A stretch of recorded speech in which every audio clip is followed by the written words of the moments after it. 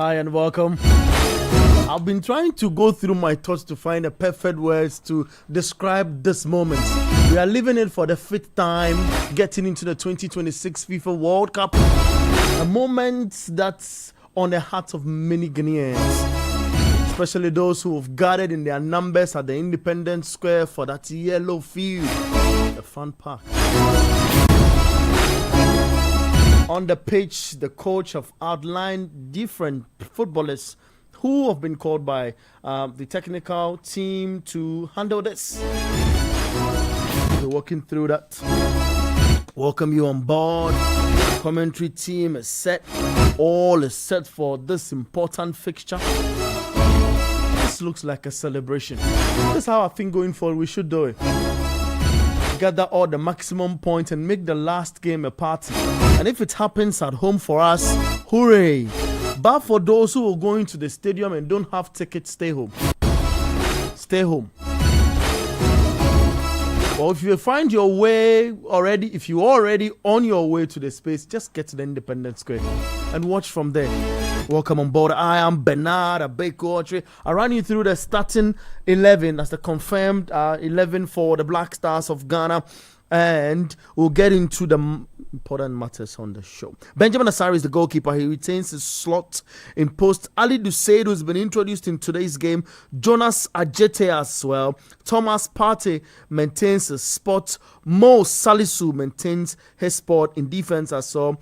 Kwesi Sibo is back in business with Thomas Partey in midfield. There's Jordan Ayew who will be leading the attack. Antoine Semenyo will be attacking from the flank. The Small Kudus will be spotted at number 10 position. Ebenezer Anan is in the setup as well as Alexander Jiku. It looks different, right? That's true.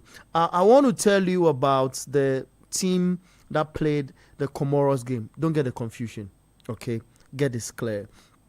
Asari started in the game against the Central African Republic. Jiku and Salisu played 4 and 5. Traditional 4 and 5, you know. Caleb Renchi played on the right-hand side of Jiku in defense. Then on the left-hand side of Mo Salisu was Gideon Mensah. In midfield was Sibo and Partey as a double pivot. Abdul Fattah, had an opportunity in the last game against Central African Republic. Mo Kudus, Antoine Semenyo, and Jordan Ayew. It's a little bit of a tweak. A lot of guys were on the bench, but I told you, when you qualify, the last game should always be a party. So this is how we should for the game against the Central African Republic. We're playing Comoros today, and Comoros is good. We've seen Comoros in the second.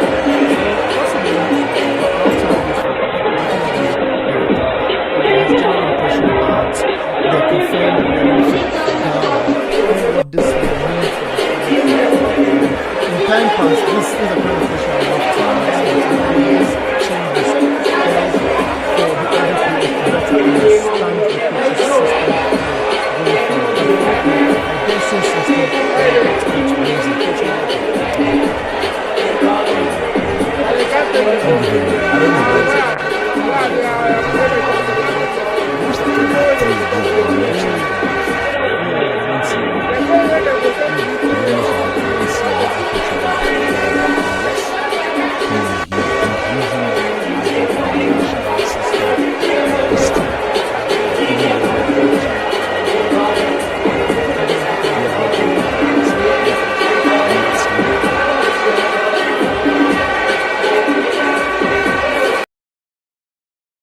similar to introduce a bit more attacking threat onto the pitch, but our only attacking threat onto the pitch here is who is there's Jordan Ayew, is Jordan Semenyo, and then Kudus in the picture as well. And Kudus, the guys as the wing back are defenders. I don't know why you will play Ali Disedu and then those people as wing backs in such a game.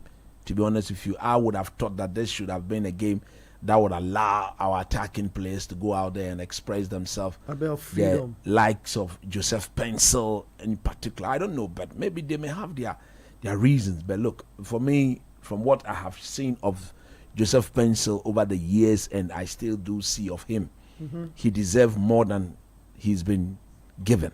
The opportunities given to him, in my view, is absolutely inadequate, and it doesn't cement how good a player he is. Having said that, you want to respect their decision. You want to respect whatever they've decided to go for and hope that it will do the job. We want to win. We have to win, especially when we're playing against a team that has, in recent times, has been extremely being of a boogie team to our players, or to the Black Stars. So you don't want to leave anything on 10 and allow them to feel that they've got some form of authority over our national team. If it's going to happen, it shouldn't happen here in Accra, and we will not accept that. So we expect that the team put out there by Otuado will be more than capable enough to be able to step out there and do a decent job. I don't understand why he would go in for the sort of back 3, back 5 where Ali Duse, why the likes of Joseph. I would have thought that Joseph Pencil Kamadi should have started this game and at least give us the opportunity to. And then I don't know why he's gone for the former Vision FC player, Jonas Ajete. Is that the name? Yeah, Jonas Ajete. That boy, we saw him against Mali. In Getia, we saw him against Mali. He was shaking, committed so many. You remember? He committed a lot of mistakes Mali, at the back. Yeah. In that first half, he got himself booked unnecessarily. There was a ball that Bedford Jiku, he would have gifted a clean goal. I would have thought that the boy from Nice, that Pepra boy, who is dominating in one of the top 5 leagues in the world, rather should be given the opportunity. See, these are the sort of things where some of us see and then we say, Otuado, Asaka Jile. Because they have to sack him fast, you mean to say? Yes, because, look, it is clear that, you see, when players who belong to Ketukreku and Osekre and Co are being given the nod over some other players without any justifiable performance indicators, you have to worry. What if those players are good enough? Oh, no more. They are not good. They are not better than those who are there. What I'm saying that Jonas Ajete boy, look, I don't know the way people, but he's not up to the standard of the Black Stars. I've seen him play for Ghana twice or thrice. Every time, anytime he's played, he's been our weakest link in defense. We saw him against Mali. We saw him even against Chad. Remember when he paired Jerome as the 2 center back on that day? Yeah. How the mistakes? I mean, it is unpardonable. But you can't do that. But one argues that, look, this against Comoros, the team is in the World Cup already, technically, because whatever happens in the other games, we are sure that the game we should ensure qualifying. So this is what they should have done. They have seen the Ajiti boy. Have they seen the Pepra boy play for the Black Stars? No. He should be given the nod to play so that we see. That's Kojo Pompe. Yes, he should be given the nod to play so that we see. But in the afternoon when we're having this, because his form, everything at club level. You had mentioned that we should not use this team as try and error, especially the coach. You were specific on the coach. That is why I'm not happy Ajete is in the team, because he's not good enough. You think we should have kept? I called out the Central African Republic lineup. Yes. Trying to just oppose it with it. You feel the coach should have kept the same lineup? Not necessarily. If you start Joseph Pencil, you've not think, you've not more or less degrade that position or that role in the team. Joseph Pencil, if not better than Isayako, is equally good, just like Isayako. So if I see Isayako and I see Joe, I know the standard is there.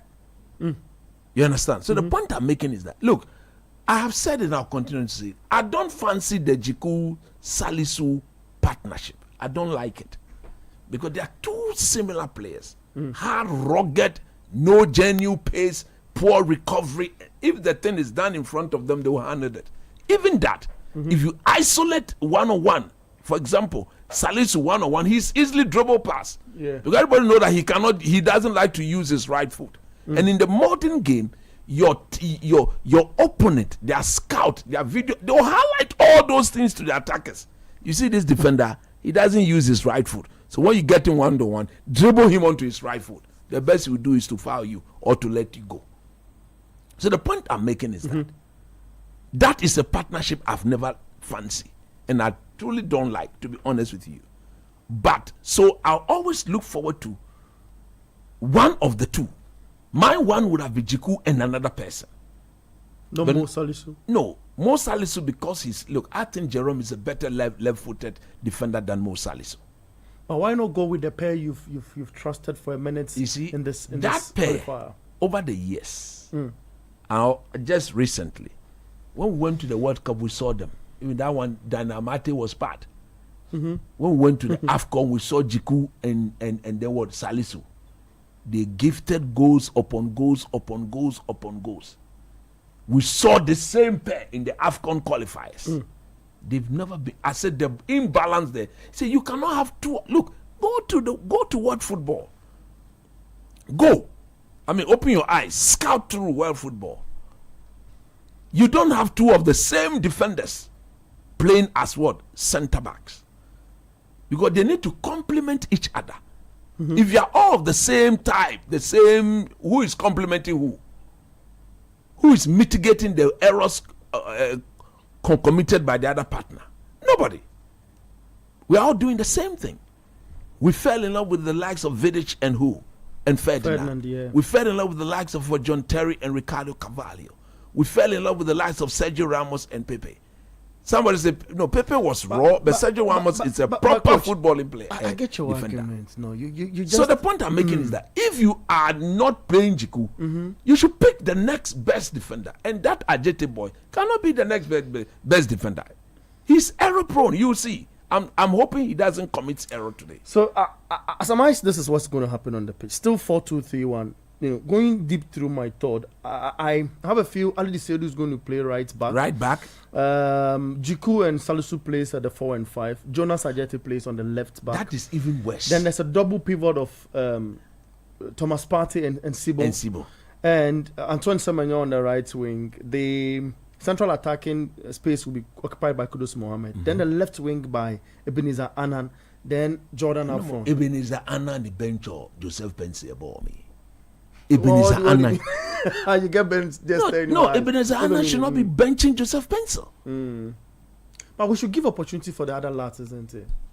Look, Joe has been given 10 minutes, 5 minutes, 10 minutes, 5 minutes. When we play against Car, how many minutes was he given? Less than 10 minutes. Look at the impact he made. Ebenezer Annan should not. We all know whose player that is. See, these are the reason why I want the man to be sacked. Fair point. Because eventually if you come, he always showcase those who gave him the job. He will do things to please them. And that is bad. That is not good for our team. We are going to the World Cup. We don't want any form of favoritism. Somebody has changed your destiny. You say, play this man for me. You know very well that these are JT boy and they are never. We know whose players are these. What sort of thing is this? Charlie. I come back to you. Ben. Look at the crowd at the Accra Sports Stadium. Look. If you see this. It's been like this for. If you see this, the least you can do is to be honest in your player selection. That is the minimum. But he's seen this before. The number of games Ben has assigned me at this facility, I've seen these numbers. Yes, that's what I'm saying. Anytime you see this, anytime you see this, the minimum you can do is to be sincere and honest. Ben, coach discusses a point of squad rotation and how we should get it right. Hey, are you not sure these people, they failed everywhere? Oh yeah, they failed everywhere. There's space they cannot fail everywhere because not everywhere is the Blasters game everywhere is filled all the time. Everywhere is they right. Were supposed to have barricaded a certain section of the this crowd is more than 35,000. The repairs have not been done fully. Ben, I mean, the last time we don't know. Hold on.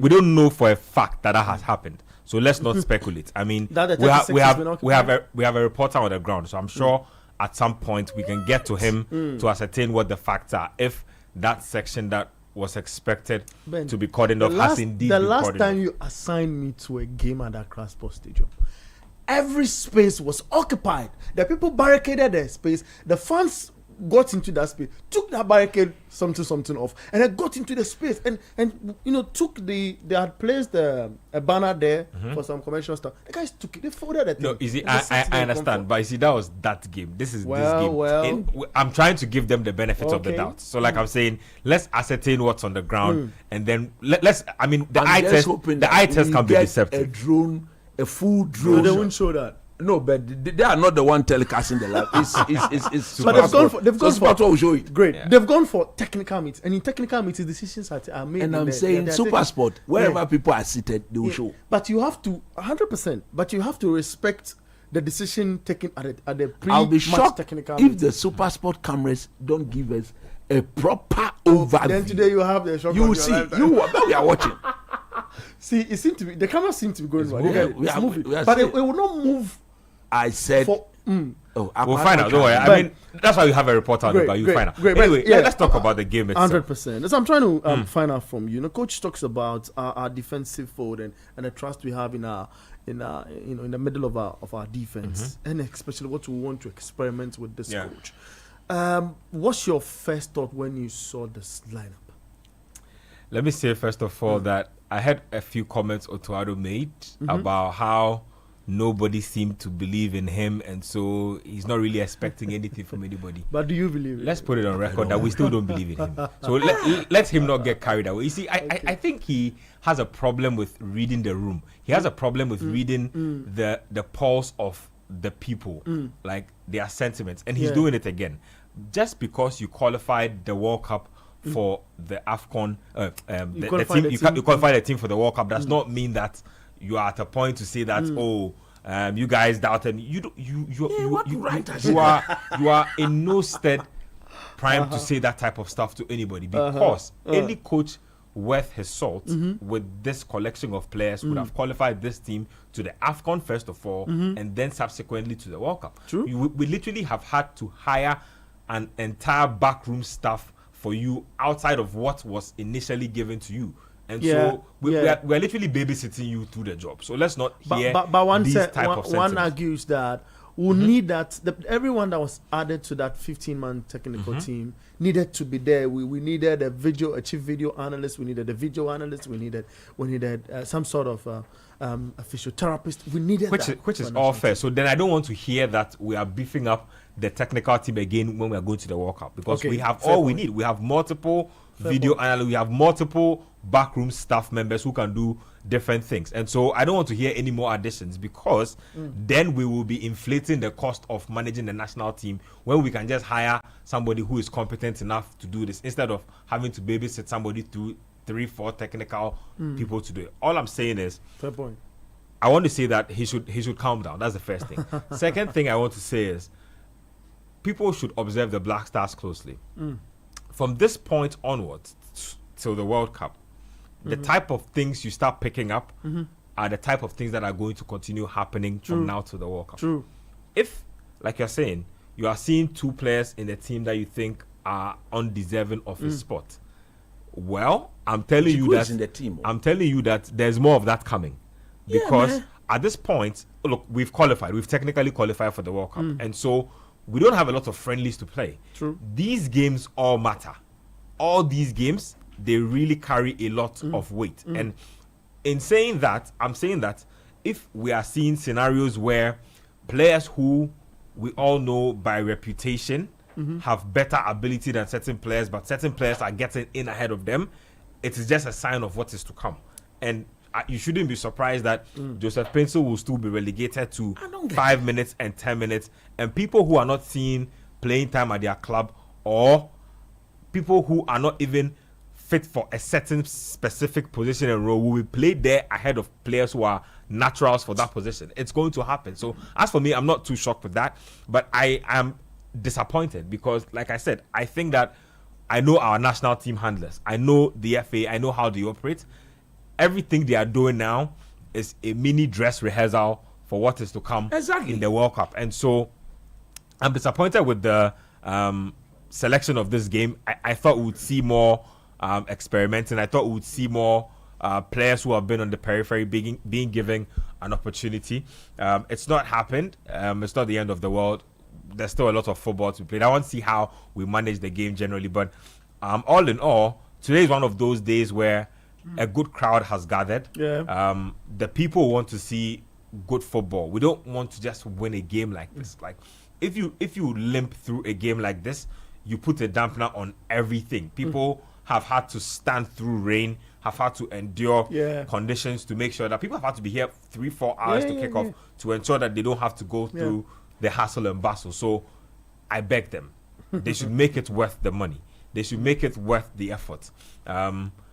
We need to start doing things right. We need to start rewarding merit over emotions and merit over favoritism. Those are the things that have come back to hurt us. I have covered a tournament where I'm telling you that a simple counter-attacking situation where a 1-2 pass could have been exchanged was the thin margin between us getting relegated from the competition and probably going beyond the group stage. So these things, sometimes when we say them, you might think that we are being petty or we are nitpicking, but in professional football, the margins are really thin. The margins are really slim. So I just hope that we will do the right things. I hope that everybody has their game head on for this particular encounter so we can all enjoy a good game. What was your prediction before we get into the commentary team? Coach, we need to get to the commentary. Every player has the KT. I wanted to know what's the captain. Why was apart from the captain? Yeah, he doesn't have his. Does it mean that we didn't bring enough or he... it's a team sport. Once they watch him, he doesn't, or he forgot about his. Somebody should have prompted him. Maybe because he has... maybe he has the pendant in his hand. No, the thing is not being held. It's on their neck. That's fine. Coach, that's fine. No, Erisha, we are watching the thing. But you see a lot of things. No, but you have to watch. Look, we should be able to win 3-0 Abeku. Like worst case scenario, like on a day when we are poor, we need to be able to win this game by 3 goals. Thank you very much. Thank you, Coach Christopher. Namely, we'll get to talk about it. The commentary team is up for this. Is Edwin Kwakofi and Yao Ej Minta live on radio 97.3 City FM. Put his number down 0549 986 996 for your WhatsApp messages. You would just need that.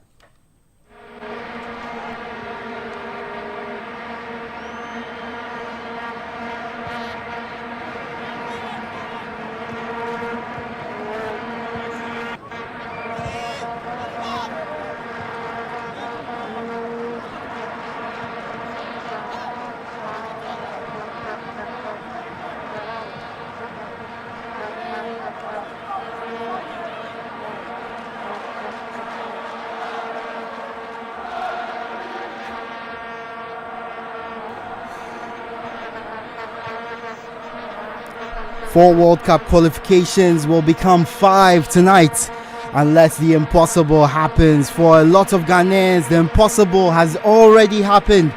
Doubted, maligned, heavily criticized.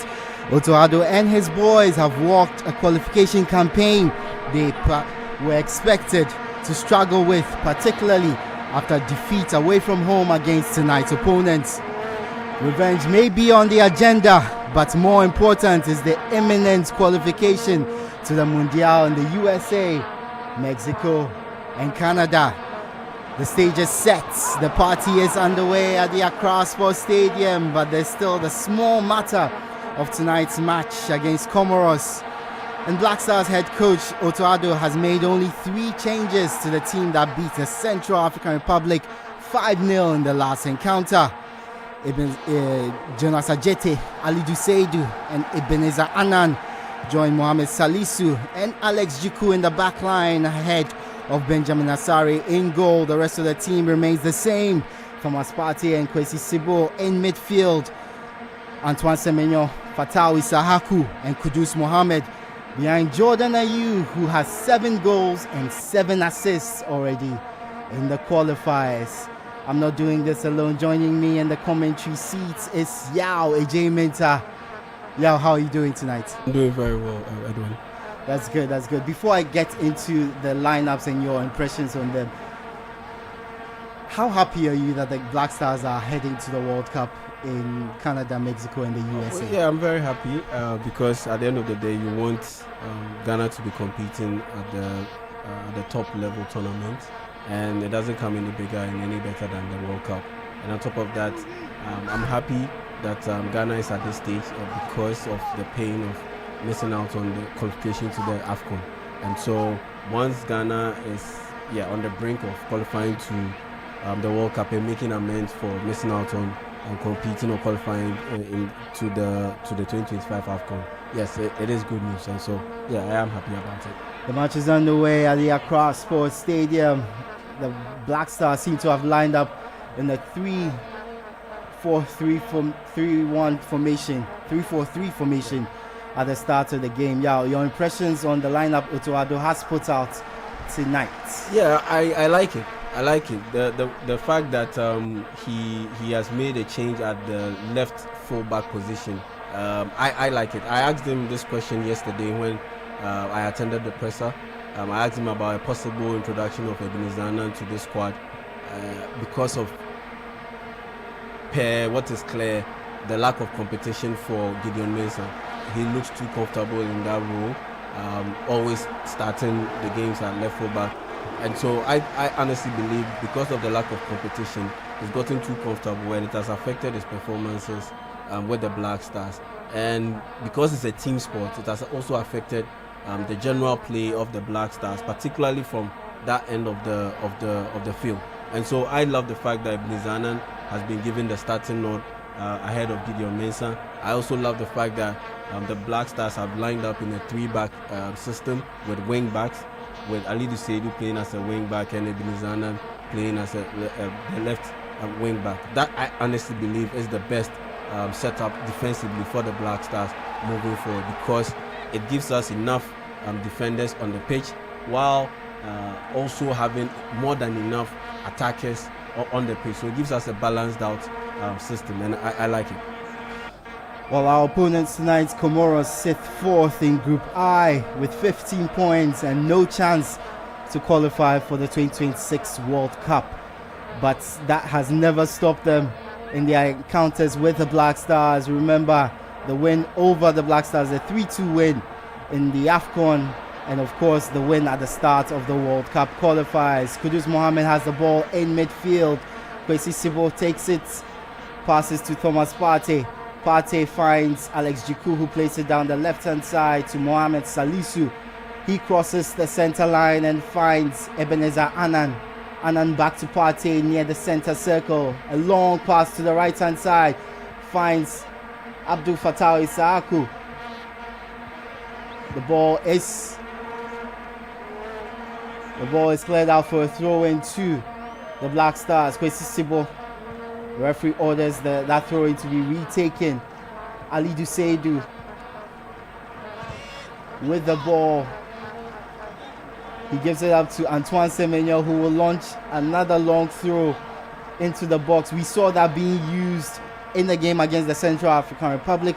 Nothing really came of it, but it did cause some dangerous situations for the Black Stars. Yes, it did. Yes, it did against Central African Republic. Antoine Semenyo launches it in. It's headed forward by Mo Salisu, but cleared by the Comoros defense. A one-on-one situation. There, Ali Seidu is beating to it. And the cross comes in from Comoros. A header! And what a chance! A devastating miss for Comoros. The ball found its way down their left-hand side. And Selemani put in a wonderful cross after beating Ali Seidu to the ball. Benjamin Nassare was in no man's land, but the header goes wide. Yusuf got his head onto the ball. Yeah, he should have done better, because that was a very, very good goal scoring opportunity for Comoros.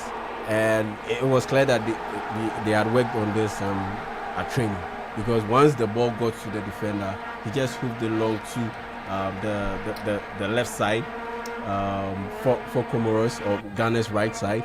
And yes, you already saw that patented play where they spotted the on-rushing winger on the opposite side, and yeah, they exploited the weaknesses or the spaces at our lateral areas. And yeah, that was a very good move, but big chance wasted from Comoros.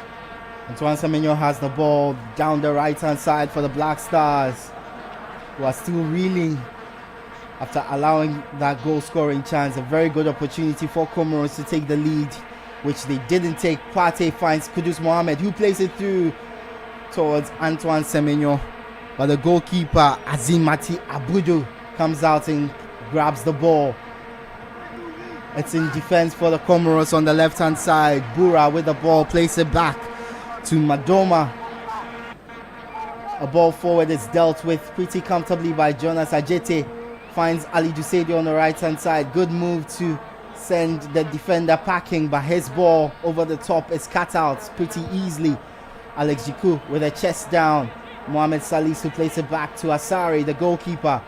He finds Jonas Ajete, who is the right-sided centre-back for the Black Stars tonight. He keeps the ball, tries to play it across the centre line. It somehow finds its way to Antoine Semenyo in Comoros half. Thomas Partey plays it forward to Jordan Ayew, who stepped back deep into midfield to claim the ball. Finds Kudus Mohammed. Abdul Fatawi Sahaku. Pass and move from the Black Stars. Kudus with a ball over to the left-hand side, where Alex Jiku finds Mohamed Salisu on the left-hand side. He's crossed the halfway line. Tries to play through to Antoine Semenyo, but his dummy is taken care of by the Comoros defense. Alex Jiku with a struggle there with Bohani, but he comes up top, finds Thomas Partey. Kudus Mohammed deep in midfield, back to Thomas Partey. He tries to return the favor to Kudus Mohammed, but Bura takes over for Comoros, plays it forward to Mashangma, but the referee whistles for a foul against Kwesi Sibo for a push. I thought Comoros got a bit lucky there because of the slippery nature of the pitch. The player slipped a little bit and he lost balance, and that's how come Kwesi Sibo was able to get in front of him and retrieve possession for Ghana. But yeah, that slight nudge was enough for the referee to give the foul to Comoros. I think it was a bit too soft, and Comoros got lucky in there because Ghana was in a promising position to start another attack. A reminder that the Black Stars are all in gold or yellow, playing from left to right at the Accra Sports Stadium. Comoros, the away side, are all in green, playing from right to left. A break in play as Manshangama goes down after a challenge from Ali Duseidu. Comoros captain Manshangama shares a handshake with Ali Duseidu. Yeah, he was one of the goal scorers in that infamous 3-2 win over Ghana at the 2021 AFCON. That kicked Ghana out of the AFCON at the group stage, and yeah, it was the start of a very terrible run for the Black Stars, because after that Ghana went to another AFCON, couldn't qualify beyond the group stage, and Ghana followed it up by flat out missing out on qualifying to the AFCON. And so the ripple effect of that loss, yeah, it really hurt Ghana. Mashangama has a chance to do some more harm to the Black Stars this evening. Of course, as we all know, it might not matter because the Black Stars have 1 foot at the 2026 World Cup in the USA, Canada and Mexico. The ball is with Jonas Ajete on the right hand side, just behind the center line. He checks back to Alex Jiku. Jiku plays it down the line to Mohamed Salisu. Salisu, long ball over the top, looking for Antoine Semenyo, straight into the goalkeeper Anzimati Abudu's hands. He plays it forward to Toburu. Across the line, Solihi. Ball goes over to Yusuf on the right hand side. Forward to Manshangma. His ball forward is cut out by Kwesi Sibo, back to Jiku, who finds Jonas Ajete. The Black Stars have control again. Ali Duseidu with a horrible touch gives the ball away, and Comoros take over the possession in the middle of the park. Some good passing in close quarters from the boys in green. Good pressing from Kudus Mohammed, but they play around him pretty easily. Eventually, the Black Stars come away with the ball, or they would have if Thomas Partey had gained complete control of it. Comoros have the ball again. It goes to the goalkeeper, who hits one long one, dealt with by Mo Salisu. Salisu checks back, where Ebenezer Annan finds Thomas Partey back in Ghana's half. 10 minutes played at the Accra Sports Stadium, a very packed Accra Sports Stadium, in party mood, looking to usher the Black Stars into the next World Cup. Ebenezer Annan plays it forward. His pass is cut out. And speaking of party mood and qualifying, or Ghana qualifying to the World Cup, a quick update to give. Mali is leading Madagascar by a goal to zero.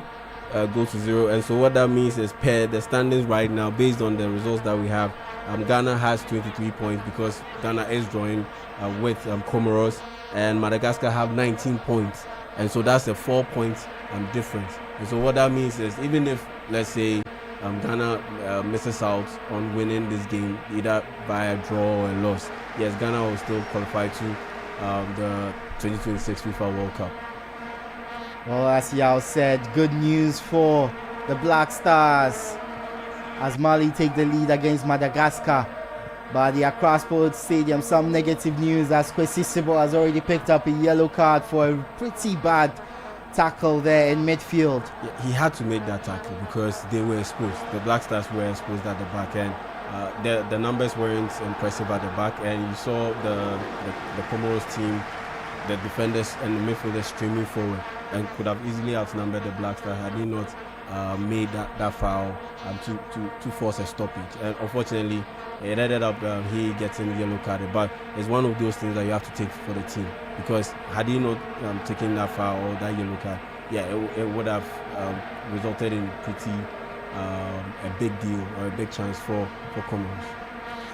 Well, let's take you through the results or the scorelines in the other games. Earlier today, Niger, they beat Zambia by a goal to nil. The Central African Republic, they were 3-2 winners over Chad, and we'll come back to that game.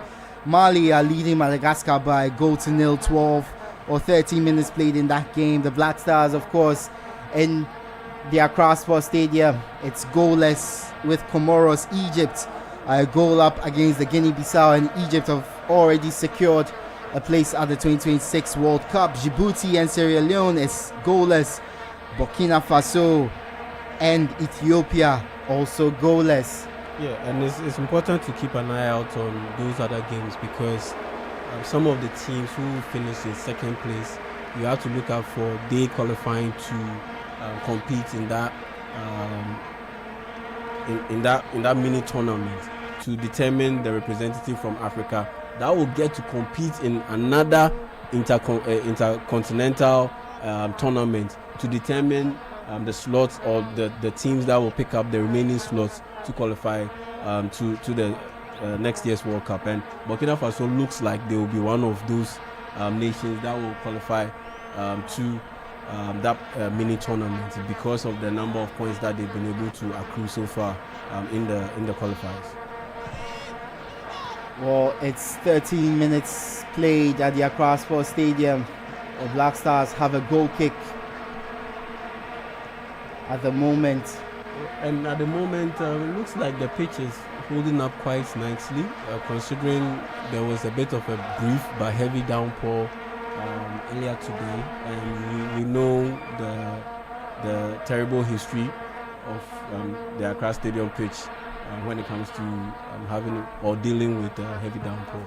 But so far, it looks okay. So far, so good as far as the pitch is concerned. So far, so not so good for the Black Stars, as no goal has been scored. But World Cup qualification seems to be almost sealed, especially with Mali leading Madagascar by a goal to nil. Kudus Mohammed has the ball down the right-hand side.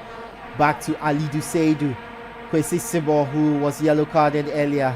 Ali Duseidu plays it further back to Jonas Ajete, who has to turn and find Alex Jiku. Jiku to Mo Salisu. Salisu to Thomas Partey in the center of the park. His long ball trying to find Antoine Semenyo again. Too long for the Bournemouth attacker. Straight to the Comoros goalkeeper. I think that's one of the main reasons why Antoine Semenyo has generally struggled when playing for Ghana, because the balls from deep, the balls from midfield haven't necessarily been on point, unlike what he normally gets fed when he plays for AFC Bournemouth, because you know he loves to run, you know he has a lot of energy, he loves to exploit the spaces in between the defensive lines and behind the defensive lines, and so the ball from deep needs to be on point, otherwise you render him rather ineffective, and that's one of the main reasons why he's generally struggled to impress when playing for Ghana. Antoine Semenyo, one of the most informed players in European football, with 6 goals for his Bournemouth side. But he struggled to replicate that form with the Black Stars, as have a number of players who join up with the national team. He will hope tonight will be different. But 16 minutes played, Ghana 0, Comoros 0, and I'm taking a look at Group I standings, and at the bottom of the group in 6th place lie Chad, who have played 10 games and have only 1 point at the end of their qualifying series. So interesting that the only points they got in this group was against the top team in the group, the Black Stars. And it just shows you, what can happen when complacency sets in, and if you don't manage your concentration throughout the entire game, that's what happens. No matter how good you are, even the team with the least quality could end up picking up a point against you. And so it's all about applying full concentration, full seriousness to every game that you play, particularly when it's a qualifier or it's a qualification feat. And so that's the reason why Chad were able to pick up that solo point against Ghana in their qualifying campaign. Corner kick for Comoros on the right hand side. It will be an outswinger.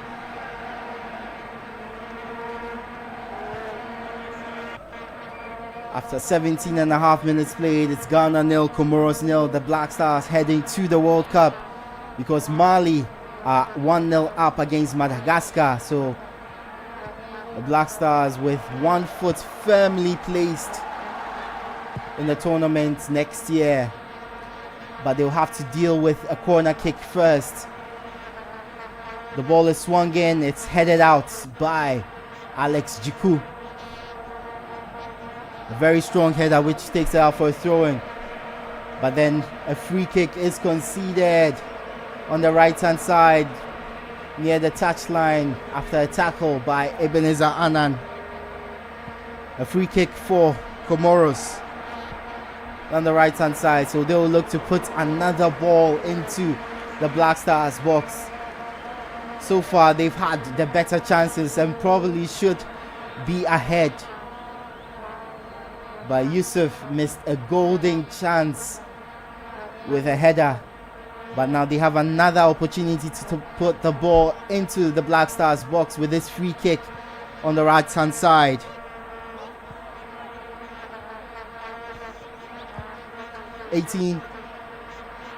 Maybe 19 minutes played at the Accra Sports Stadium. The ball into the box is dealt with comfortably by Benjamin Asare. A lot of conversation all week about Benjamin Asare and whether he deserves to be number 1 for the Black Stars going into the World Cup, but he dealt with that ball as though there was no pressure on him at all. Oh yes, I mean it was an easy save to make, to be honest.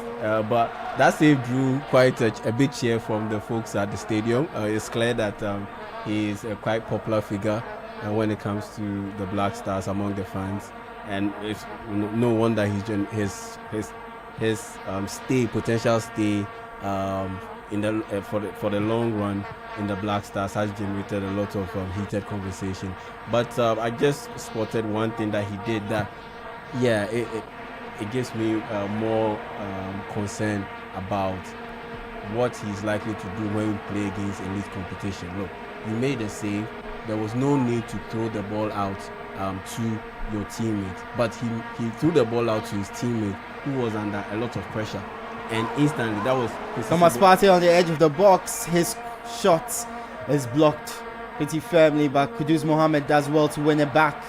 Goes out for a throw to the Black Stars, or rather a free kick. The referee says for the Black Stars on the right hand side, just in front of the touchline. Both Kudus Mohammed and Jordan Ayew behind the ball. The Comoros player is down on the ground and receives treatment. It's Bura who is down on the ground, the left back. And anyway, just to finish up on the Asari issue that I spotted. Look, he made a save and he quickly threw the ball out to Kwesi Sibo, who was under pressure instantly. At the edge of the box, there was no need for him to make that throw. There was no need for him to make that pass. So that's where the little bit of concern comes in, as in his ability to play out from the back, or some of his decision making with his passion. His composure as well. Yes, with his passing. Yeah, there was no need for him to do that because Kwesi Sibo is not the most comfortable player to have the ball while facing goal, his own goal. If it was Thomas Partey, fine. You can trust in his ability to beat the press. But Kwesi Sibo, no. You saw how uncomfortable he looked and had to force another pass. And so in those instances, yeah, that's where concerns are raised. But other than that, yeah, he's generally performed well so far, ever since he moved into this Black Star starting lineup. Almost 22 minutes done at the Accra Sports Stadium. The Black Stars have a free kick, which was delayed because Bura was receiving some treatment on the pitch. Jordan Ayew takes it, puts it in. Mohamed Salisu, who's been winning a lot of the balls, and a missed kick there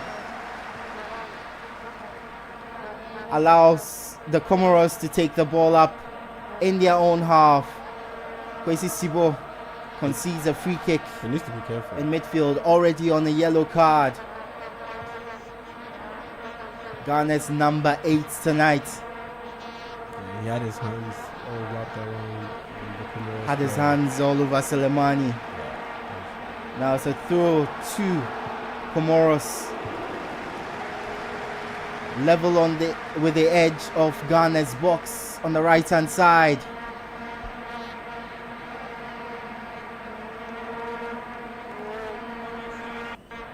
It's Ghana 0, the Comoros 0 at the Accra Sports Stadium. Later on, we'll hear from our man at the ground, Gabi Ofe. Weird throwing there, but it does work. Flicked on. Ali Duseidu gets it clear. Kudus Mohammed is beaten to it, but ends up with Jonas Ajete, who plays it forward to Kudus Mohammed. Has an opportunity to run at the Comoros defense. He checks back, plays it to Ali Duseidu, who takes a touchback. Is fortunate to win the ball back.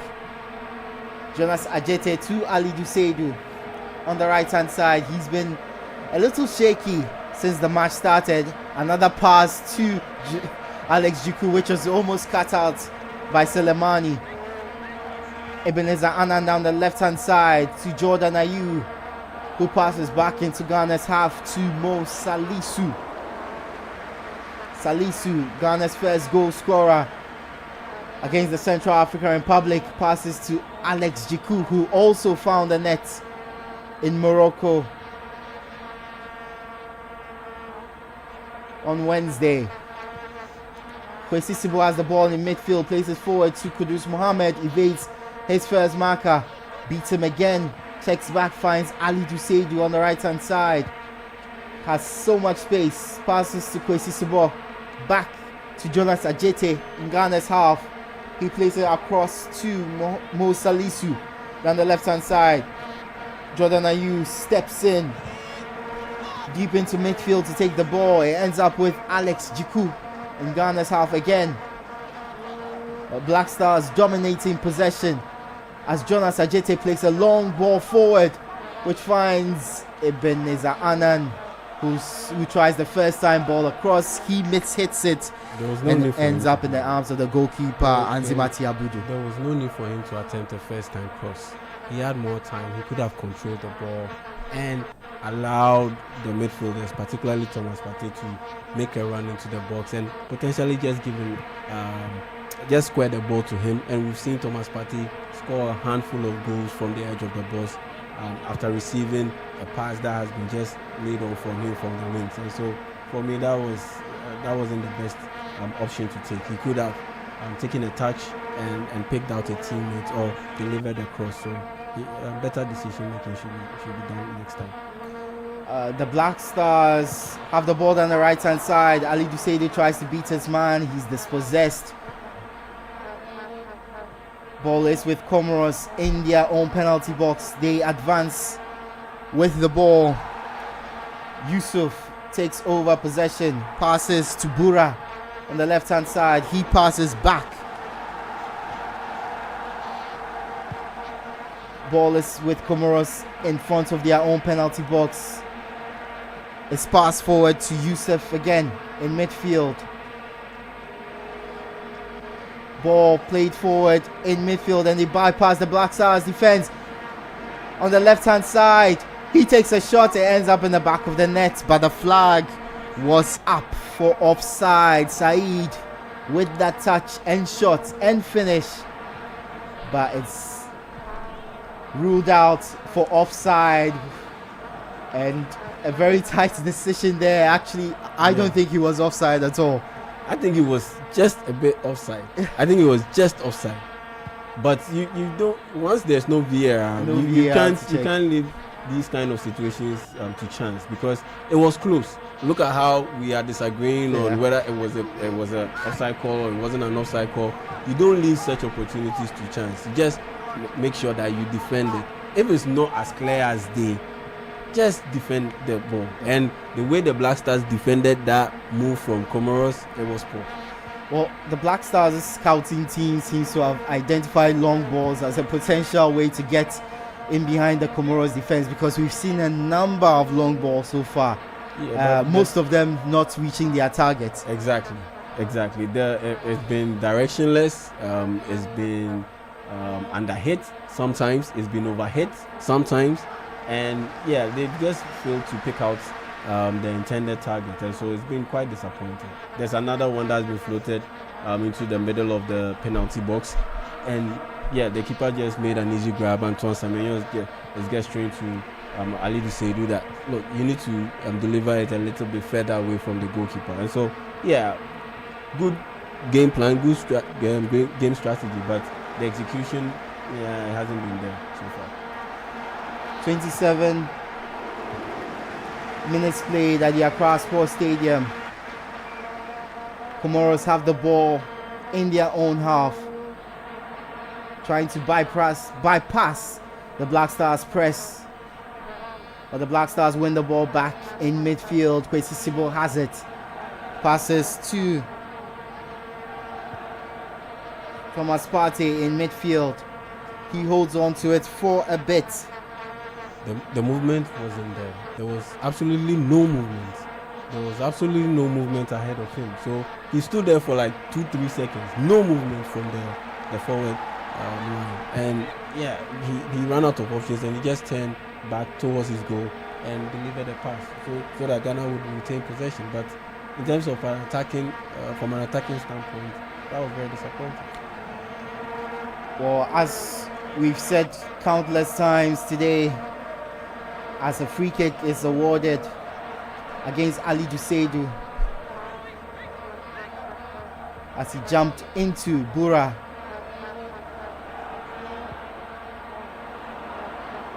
A 50-50 challenge there. The referee awards a free kick to Comoros as we near the half-hour mark at the Accra Sports Stadium. Is Ghana 0, Comoros 0.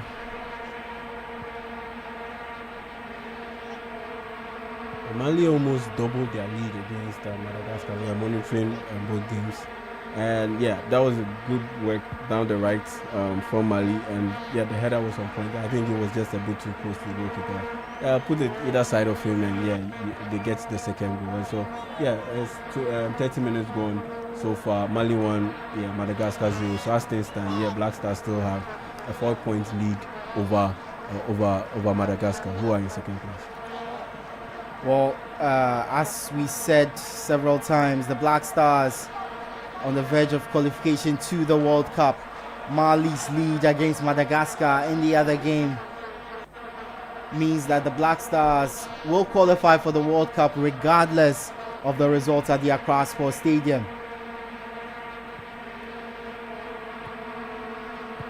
We've played 30 and a half minutes in Accra. It's Ghana 0, Comoros 0.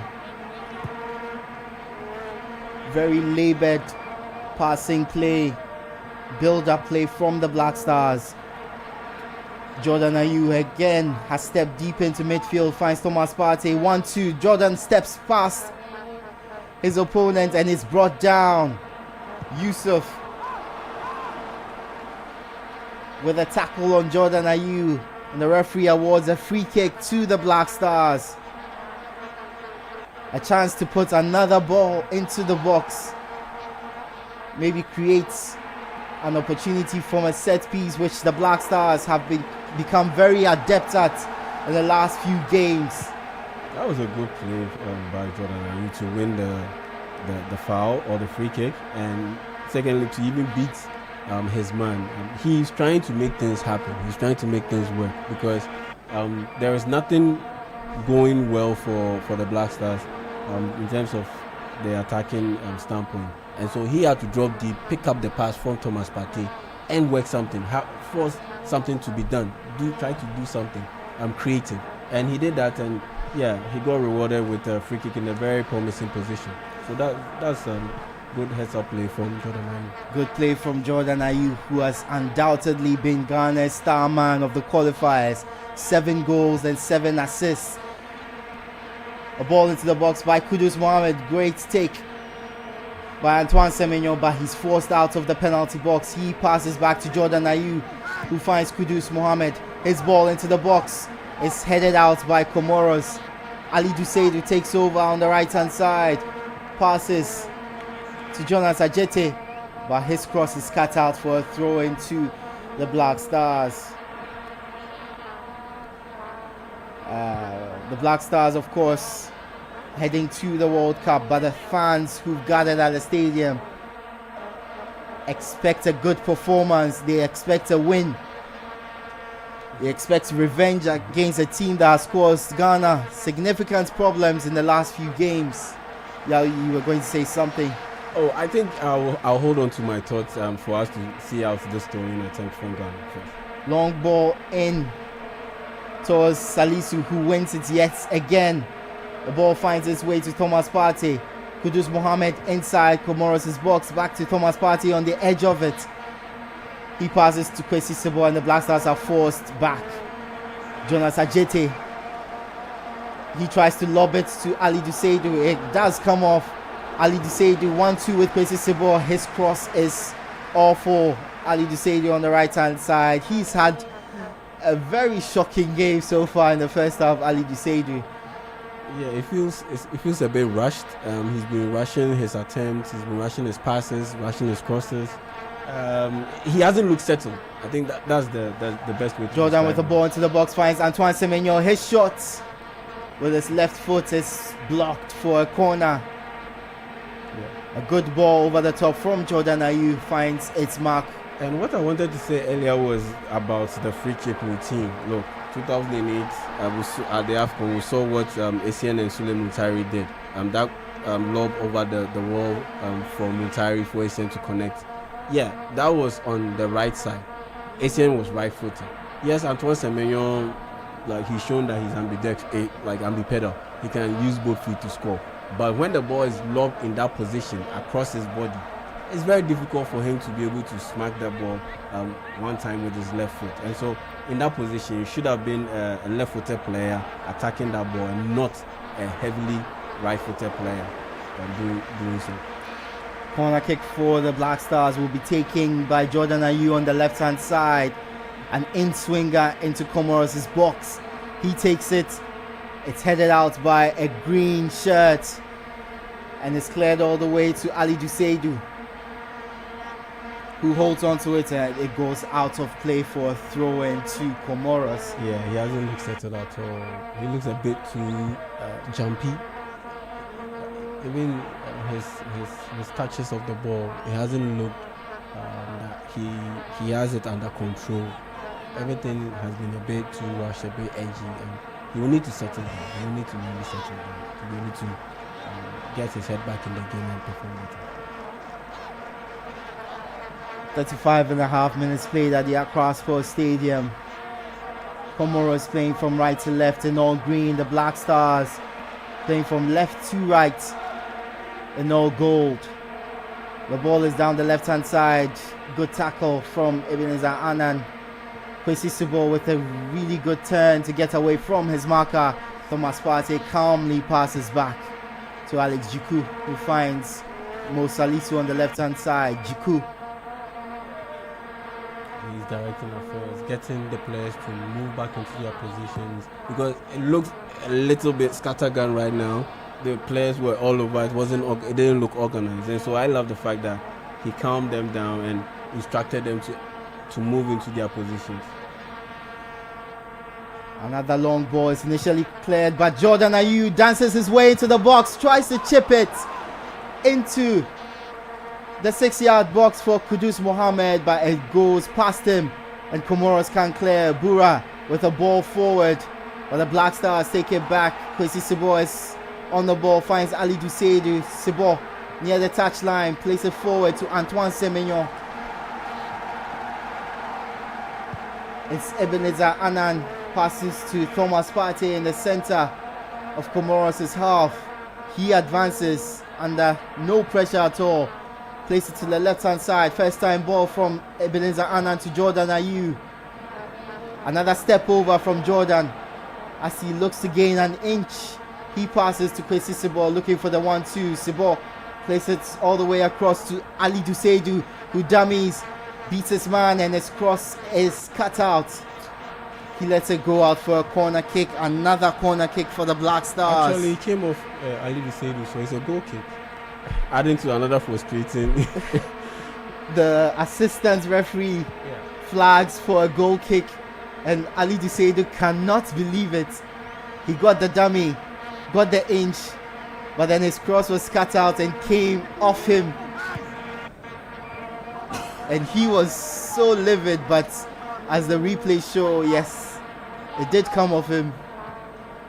And a shocking first half for Ali Duseidu gets even worse for the player, who of course is one of 3 substitutions, 3 changes made by Otto Addo from the team that beats the Central African Republic by 5-0.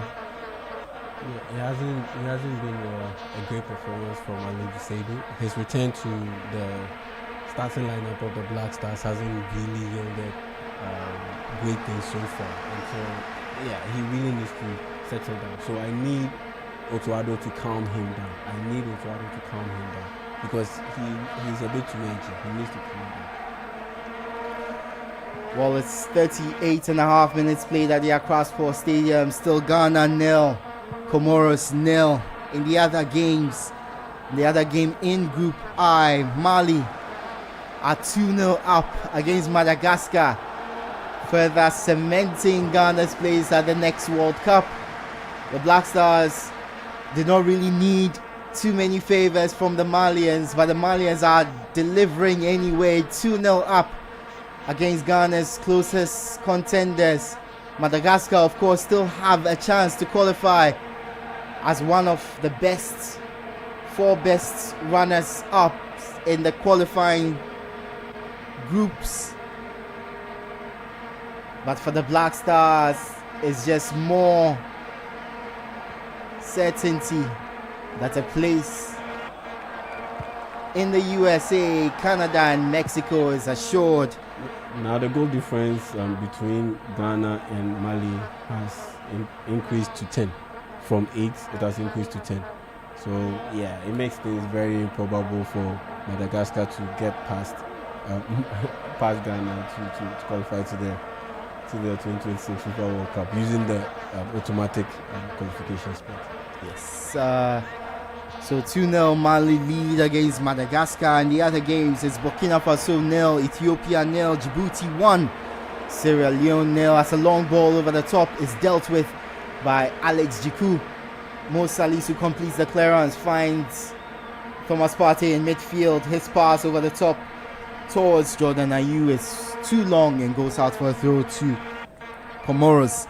Egypt still lead Guinea-Bissau by a goal to 0. And Chad, of course, they lost by 2 goals to 3 at home to the Central African Republic. Niger beats Zambia by a goal to 0. 5 minutes away from halftime at the Accra Sports Stadium. The ball is in midfield with Comoros. A long ball over the top. Finds the lone striker. He tries to feed his man down the left-hand side, but it goes out for a throw, which Alidu Seidu will take. A very rich bench for the Black Stars. Joseph Paintel, Gideon Mensah, Kamaldeen Suleimana amongst the players who've taken a seat on the bench today, who will be hoping to join the plane to the USA, Canada, and Mexico next year. Kudus Mohammed tries to play a one-time ball to Thomas Partey, but he loses out. And Comoros have the ball in the Black Stars half. Going forward, across into the box. Finds a man, and Benjamin Asare claims it pretty comfortably. To loud cheers in the Accra Sports Stadium. They may doubt his ability, but the clean sheet king remains strong for the Black Stars. Ali Duseidu down the right hand side plays a long ball to Kudus Mohammed. A good ball from Ali Duseidu. Kudus Mohammed checks past his man, right footed cross into the box. Almost got to Ebenezer Annan, but it's cleared, headed out for a corner to the Black Stars, reminiscent of his cross to Richarlison in the English Premier League in the first game of the season. Unfortunately, he pulled this one a little bit too far, exactly, to the back post. Exactly.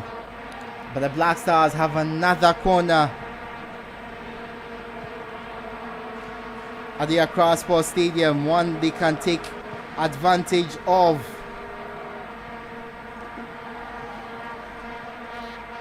Jordan Ayew will take it again. An in-swinger puts a long high one into the box. Jonas Ajete gets his head to it, and the referee points for another corner to the Black Stars, this time on the other side, and this time Mohamed Kudus will take. Jonas Ajete got his head to it, but it appeared to have come off the head of the Comoros defender. Now Kudus Mohammed on the other side to take a corner. Of course, it was Kudus Mohammed's delivery in the game against the Central African Republic on Wednesday, which led to the first goal for the Black Stars. Mohamed Salisu getting his head to the ball, as he has for a number of Ghana's set pieces recently.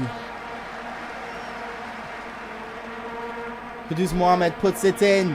It's headed out by some green shirts, cleared further by the Comoros defense, but ends up back with Kudus Mohammed on the right hand side. He steps around his man. He tries a shot from about 30 yards, which is blocked, and sets up a Comoros counter-attack, or it did set up a Comoros counter-attack, but Antoine Semenyo comes back with a tackle Great time. deep in Ghana's midfield to win the ball back for the Black Stars. One thing you can't deny about Antoine Semenyo is high level of work rate. I mean, that's why he is in the Bournemouth team and he is thriving.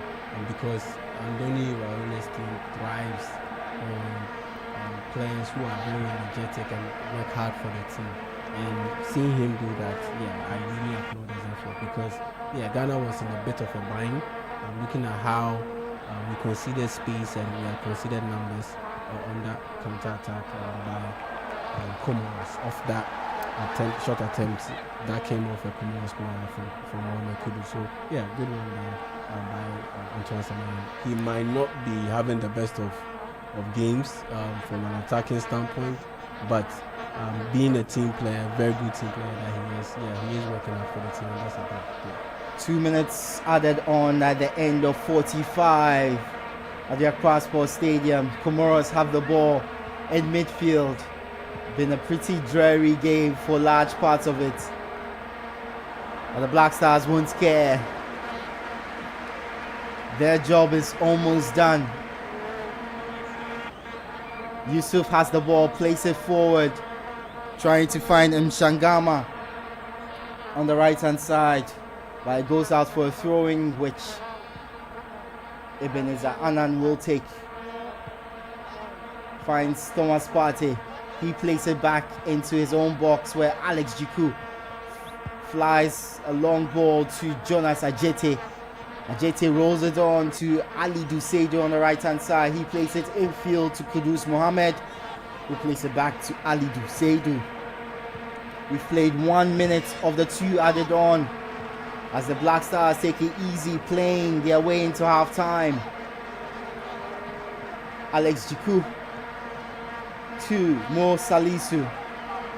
Not too much pressing from Comoros. Thomas Partey is able to play it forward to Jordan Ayew, who easily brushes off his man, rushes past him, but then he's confronted by another. Ball is cleared all the way to Ebenezer Annan. Back to Mo Salisu. Salisu plays it back to Alex Jiku. Black Stars looking to see out the half, which have 15 seconds left in the half. A long shot by Jonas Ajete. Don't know what he was thinking of there, but it goes over the bar and 2 minutes are up. Surely the referee has blown for half time. 45 minutes away from history. 45 minutes away from qualification to the 2026 World Cup. It's been attritional rather than attractive for the Black Stars tonight. A draw here would be more than enough to get through against Comoros. And the Black Stars are well on track at halftime at the Accra Sports Stadium. It's Comoros and Black Stars who are level. It's Ghana 0, Comoros 0. Benjamin Nketiah, Bernard Abeku Otre and Chris Nimley have your halftime analysis coming up.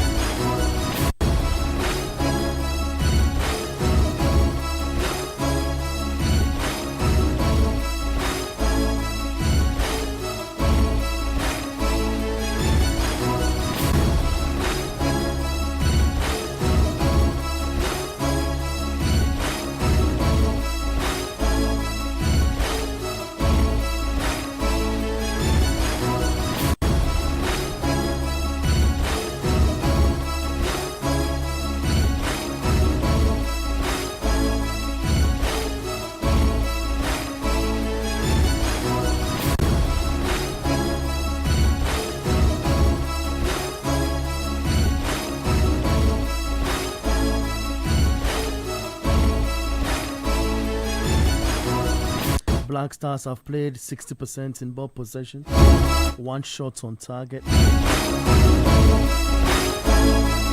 halftime,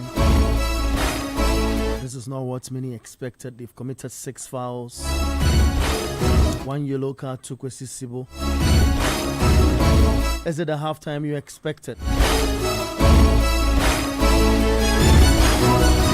That kind of game, did you envisage that kind of game in the first 45? Join us on 0549 986 996. Let's mix this up. I will need your thoughts in relation to what you saw in the first 45. Let's get a conversation going on 0549 986 996. Before Coach Nimili comes in, let's go through some few messages. The way Fatal plays, he shouldn't be benched. Otherwise, even shots on target will be hard to get. Once again, Otuado has no solution to a team that is holding a high line. Tactically, this coach, very suspicious. Please do not call. You can't call now. You just have to leave your message on the WhatsApp console on 0549 986 996. After the game, we'll allow you time to call. But for now, your messages as coach try and make things clearer to us. I kindly request media. Oh, no. That's fine. So bring your messages in on 0549 986 996 on our WhatsApp console. Coach Christopher Nimile is here in the studios. I am Bernard Abeku. Welcome you on board. We're doing this with you as well. The Black Stars of Ghana against Comoros, match day 10, the final game of the World Cup qualifier, the 2026 World Cup qualifier, which sends Ghana to the United States of America, Mexico, and Canada. This is 97.3 CDFM.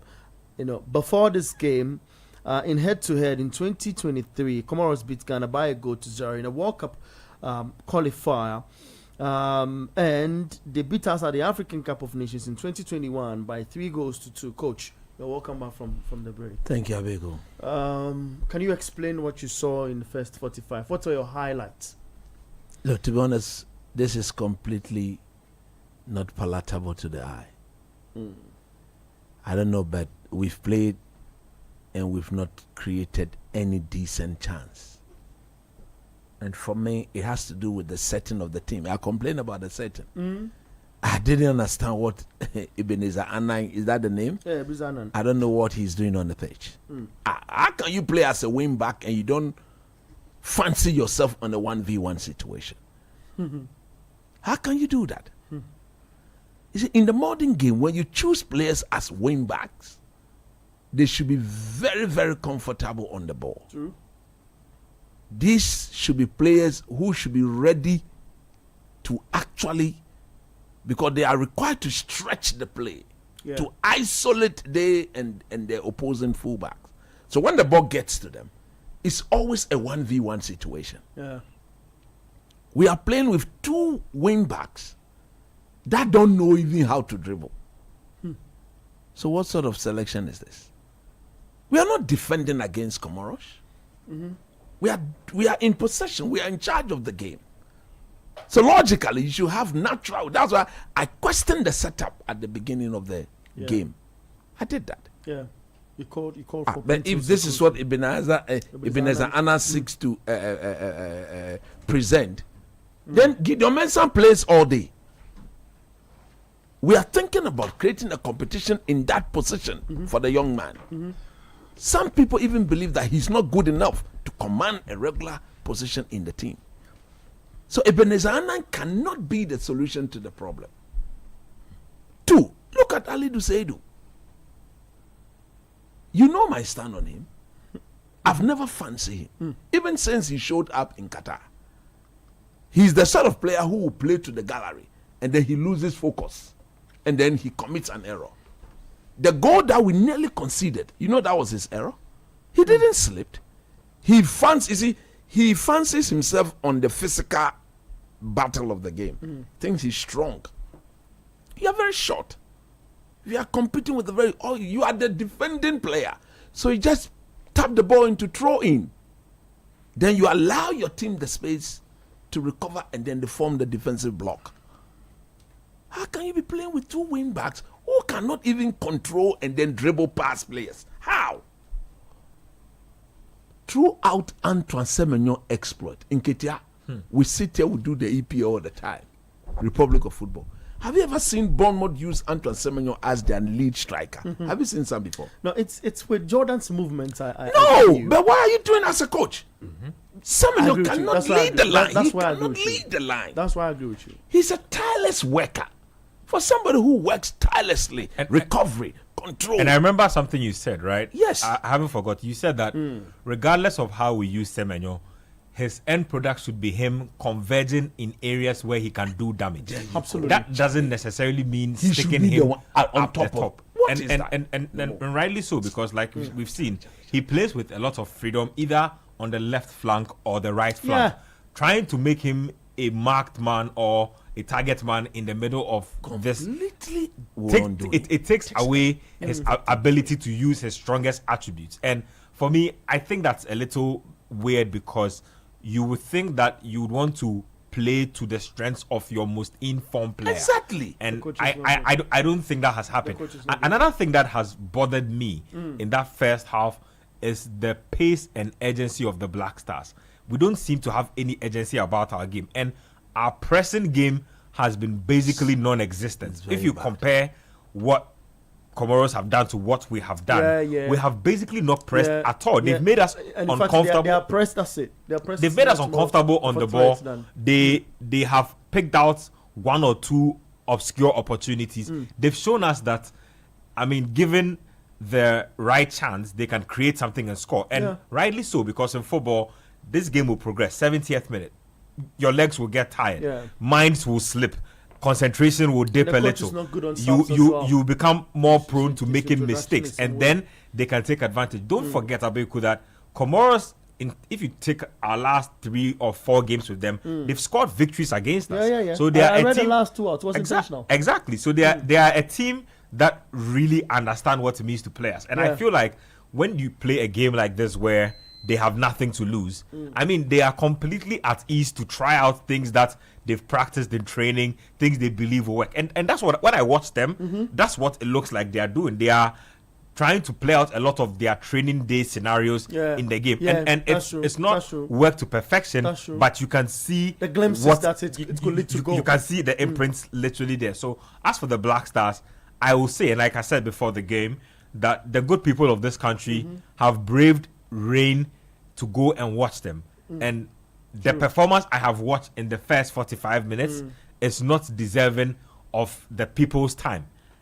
I mean, if people pay money to go and watch a game, you can't be doing this. Come on. We don't care if you've qualified. I also did say that everything we are doing now is everything we'll be doing at the World Cup. That's true. I'm telling you, I know these people too well. That's true. In this national team, we should begin to... We need to start acting like we're at the World Cup. If you are picking a lineup, pick a lineup like you are playing a game. If you are substituting players, sub like you are playing a World Cup game. Like, we don't have enough practice time for you to be pleasing people's emotions and not being proactive on the job. Look, is this Black Stars job difficult? It's a coaching job. The Black Stars job is one of the most high-profile coaching jobs in the world. Is it that difficult? It is a difficult job. I mean, I say this from the players' perspective, that you've gotten players who are excelling already in their various leagues. You just have to assemble them together, get a good system as a base for them to thrive. It should be easy for Otoado because he's been there a long time. It would be difficult for the players because they are having to consistently adapt to the coaching philosophies of different managers. One time it's Akono, he's gone. Then Chris Hughton comes, then he's gone. Then in fact, I personally believe that the tactics being played out in the last 2 or 3 games have not been Otto's tactics. I think that he's getting a lot of babysitting in the background. There are a lot of things that are happening that I don't think are his style, because I've noticed a very considerable change from how we finished the AFCON qualifiers to how the team has played in the last. I'm not taking anything away from his shine of qualifying the team to the World Cup, but I'm saying that a lot of what I'm seeing does not seem to me like things that he is doing. I think he's getting a lot of instructions in the back.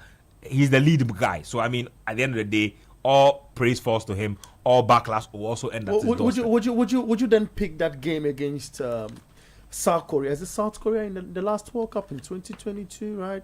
As Otto style, because now you say you feel there's a bit of people telling him do that, and whatever. Look. Is it that style? I don't know, but he's never given us a star. Has he? A star? I've not seen that. No. He doesn't even have a star. So what can we pick? There's nothing to say that this is the way we want our team to play. Coach, what would you have done? I'm not with this happy. setup? Of course, I would have. First of all, I wouldn't have gone a back five against Comoros in the game that we've called that we needed to express ourselves. Why do you? What would you have done? No, I would have done the typical 4-4-2 or the typical 4-2-3 or 4-3-3. I would have started this game with natural wingers. Okay. I wouldn't have compromised on that. Joseph Pencil, Kamadin, or Joseph Pencil, Isayako. I would have started with them. Okay? And I would have started with having Semenyo, or maybe one of Joseph Pencil or Isayako. Then Semenyo, and then Kudus Mohammed, Jordan. and Kudus. Jordan. And then, you see, that's what we needed to see.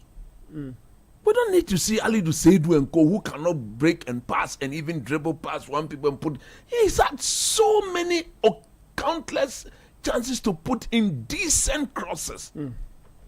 I remember the last time I watched him in Kumasi under Chris Hughton. After 45 minutes, Chris Hughton just yanked him out of the pit. Come and sit down. Because he couldn't cross the ball.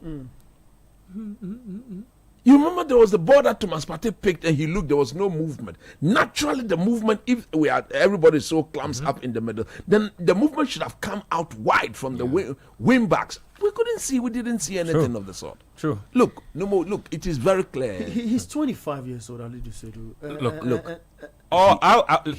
He's a centre back. Yeah. Or one of the back three. Yeah. But he's not. There's no attribute of him that tells me that he's a wing back. Look, we need to take. If you take out the attack of this team, i.e., wings, forwards, the rest of the departments are very suspect. We need to do serious work to bolster our midfield, especially, and then get consistent fullbacks. Probably the goalkeeper. Look, if Partey picks up an injury and we are heading to the World Cup, we are in big trouble. We are doomed. I can imagine us having to parade Sebo and Elisha Owusu in teams against games against top tier opposition. I hope it never happens, but I think we should be doing better, especially with scouting for our midfield and also our backline. We've had this call for quite a while. We need to be able to step outside the box a little and get something. And nobody should tell me that there aren't enough players in the national pool. Jonathan, we might not have Ajete. He picks up the ball. Nobody, then beam. Yeah, What was that? I've been worried. I've been worried for a second. No, we're going to the second half. Edwin was shocked. He was wearing the comment. commentary. Was very shocked. Yeah. You speak about the beam bump thing, and I was trying to cool you down from the initial, but it seemed to be the same vein of. We are kicking the ball 70 yards. Yeah, to no target man. To no target man. Oh, this is 97.3 City FM. Drop your messages on 0549986996. Coach, are we winning? Of course. You see, these people, they've beaten us twice already. No, but from what so we need to beat them. At least 2-3-0 there. We need to give it to them. Okay, I'll come back and load the message. Thank you very much, Coach. When we return, we would have to do more, from us. So let me pick about 3 messages. Then we'll go into the commentary feed. Edwin Kakofi and the Jamie Town standby. Most is from Abokobi says,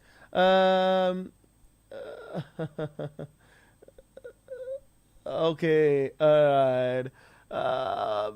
Nothing fascinates, no. Bemuses me about this current crop of Black Stars. I believe they are going there, the 2026 World Cup, only to add up to numbers. We couldn't qualify for the upcoming AFCON. We placed last in the last edition of the AFCON and equally placed last in the last FIFA Mundial in Qatar. Football isn't based on luck anymore. Otto should just show us his football philosophy on the field of play. Let's get into the live commentary. Edwin Kofi and my brother Yari Jamie on standby. Keep the messages coming on 0549986996. This is 97.3 City FM.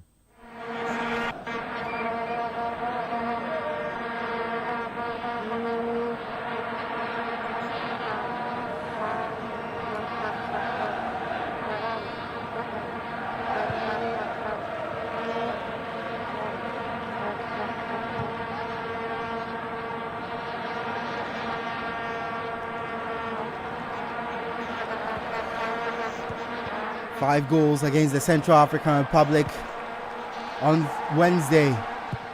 None so far today, but we know the Black Stars can step up in the second half. They've already shown they can.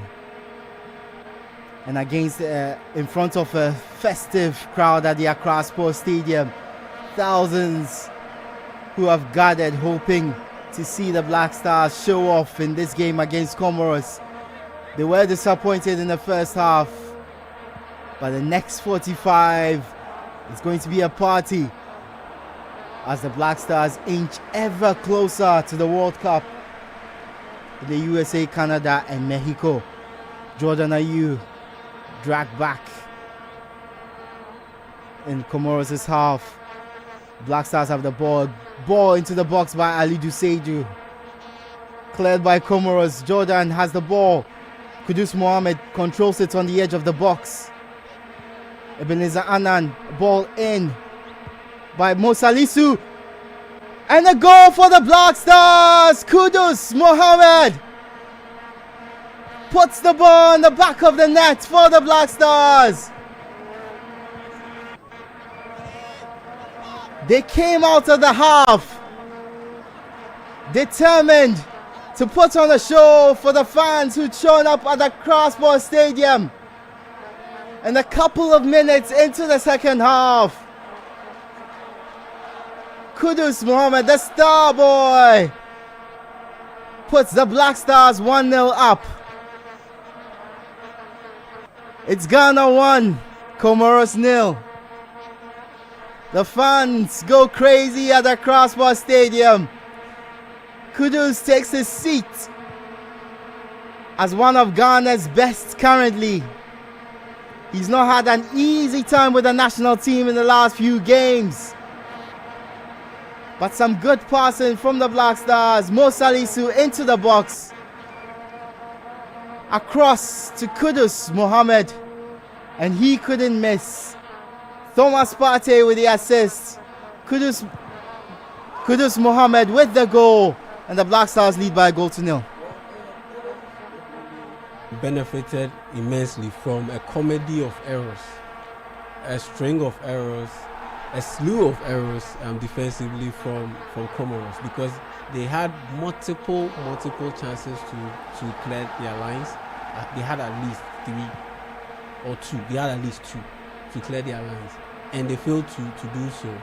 And yeah, the Black Stars managed to recycle that possession until Thomas Partey was able to pick up Mohamed Kudus, who just slotted the ball into the net. A very easy goal for Mohamed Kudus to score. I don't think he will score an easier goal than this, but it was a very terrible goal for Comoros to concede. But I look at the number of spectators at the stadium. I honestly believe it's over 35,000, as promised by the NSA.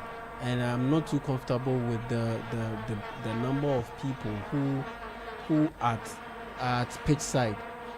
I mean, look at the way the number of people who jump close to the pitch to celebrate with Mohamed Kudus. I think it's a major security breach, and it's not a good look on the NSA in terms of organization and security issues. But that aside, I mean, look, the Black Stars have benefited from a comedy of errors, and it's a good start for the Black Stars. I mean, getting a goal, the first goal of the game, 2 minutes into the second half, is a great start, and I honestly hope that they will be able to play a more settled game this time around, now that they've been able to get the goal. So we'll see how things pan out. But yeah, it was never in doubt that the Ghana Black Stars would go to the World Cup. And now, looking at the way things are panning out, with Ghana getting a goal, Mali leading by Madagascar by 2-0, yeah,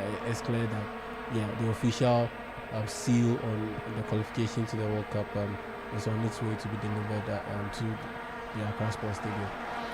A lightning fast start for the Black Stars in the second half of the final 2026 World Cup qualifier against Comoros.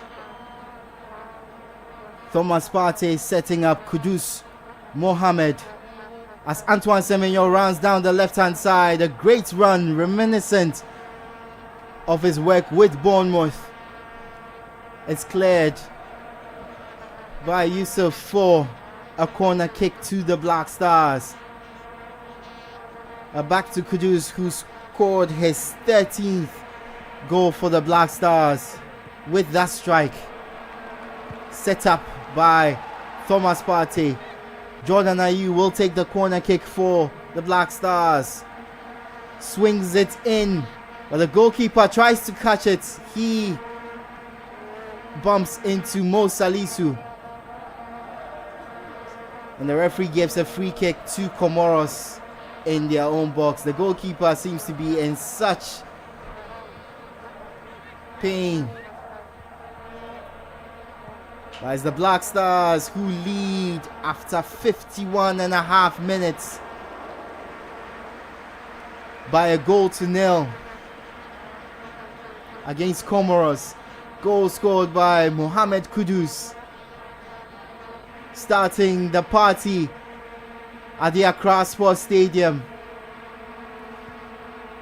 The fans who were dead silent, disappointed after the first half, are now on their feet celebrating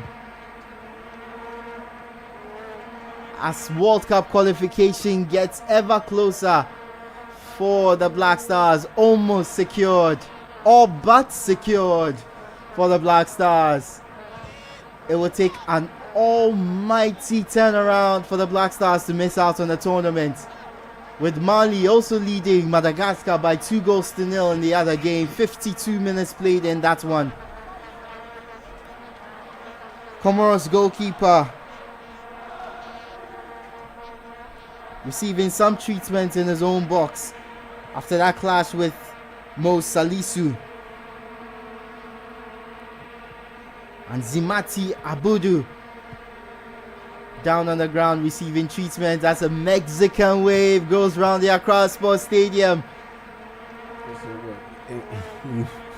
So the goal difference right now stands at 11 and advantage Ghana over Madagascar. So 11 goal difference. So if Madagascar plan on qualifying, Ghana, they would have to overcome 11 goal deficit. 11 goal deficit. That's insane. If that happens, then yeah, FIFA will have to do some investigations into that result. But being as realistic as possible, I don't see that happening. And so yeah, Ghana well on their way to qualifying to the World Cup. The Mexican wave is particularly significant because, of course, Mexico, they are one of the 3 host nations for next year's World Cup. A lot of Ghanaians very excited to go to Mexico, as they are excited to go to the USA and Canada as well. I mean, I don't understand why there's this concern whenever Mexico is mentioned. I mean, it's a great tourist destination. A lot of people don't get to hear of Mexico a lot, but it's a great travel destination. I mean, you hear about all these top level, top class resorts, beach resorts, hotels. Yeah, it's a fun place to be. I mean, forget about all the negative issues that's written about Mexico. At the end of the day, every country has its own issues, and Mexico is no different. And so, looking at the travel destination, yeah, that should be something nice, and a place worth going to.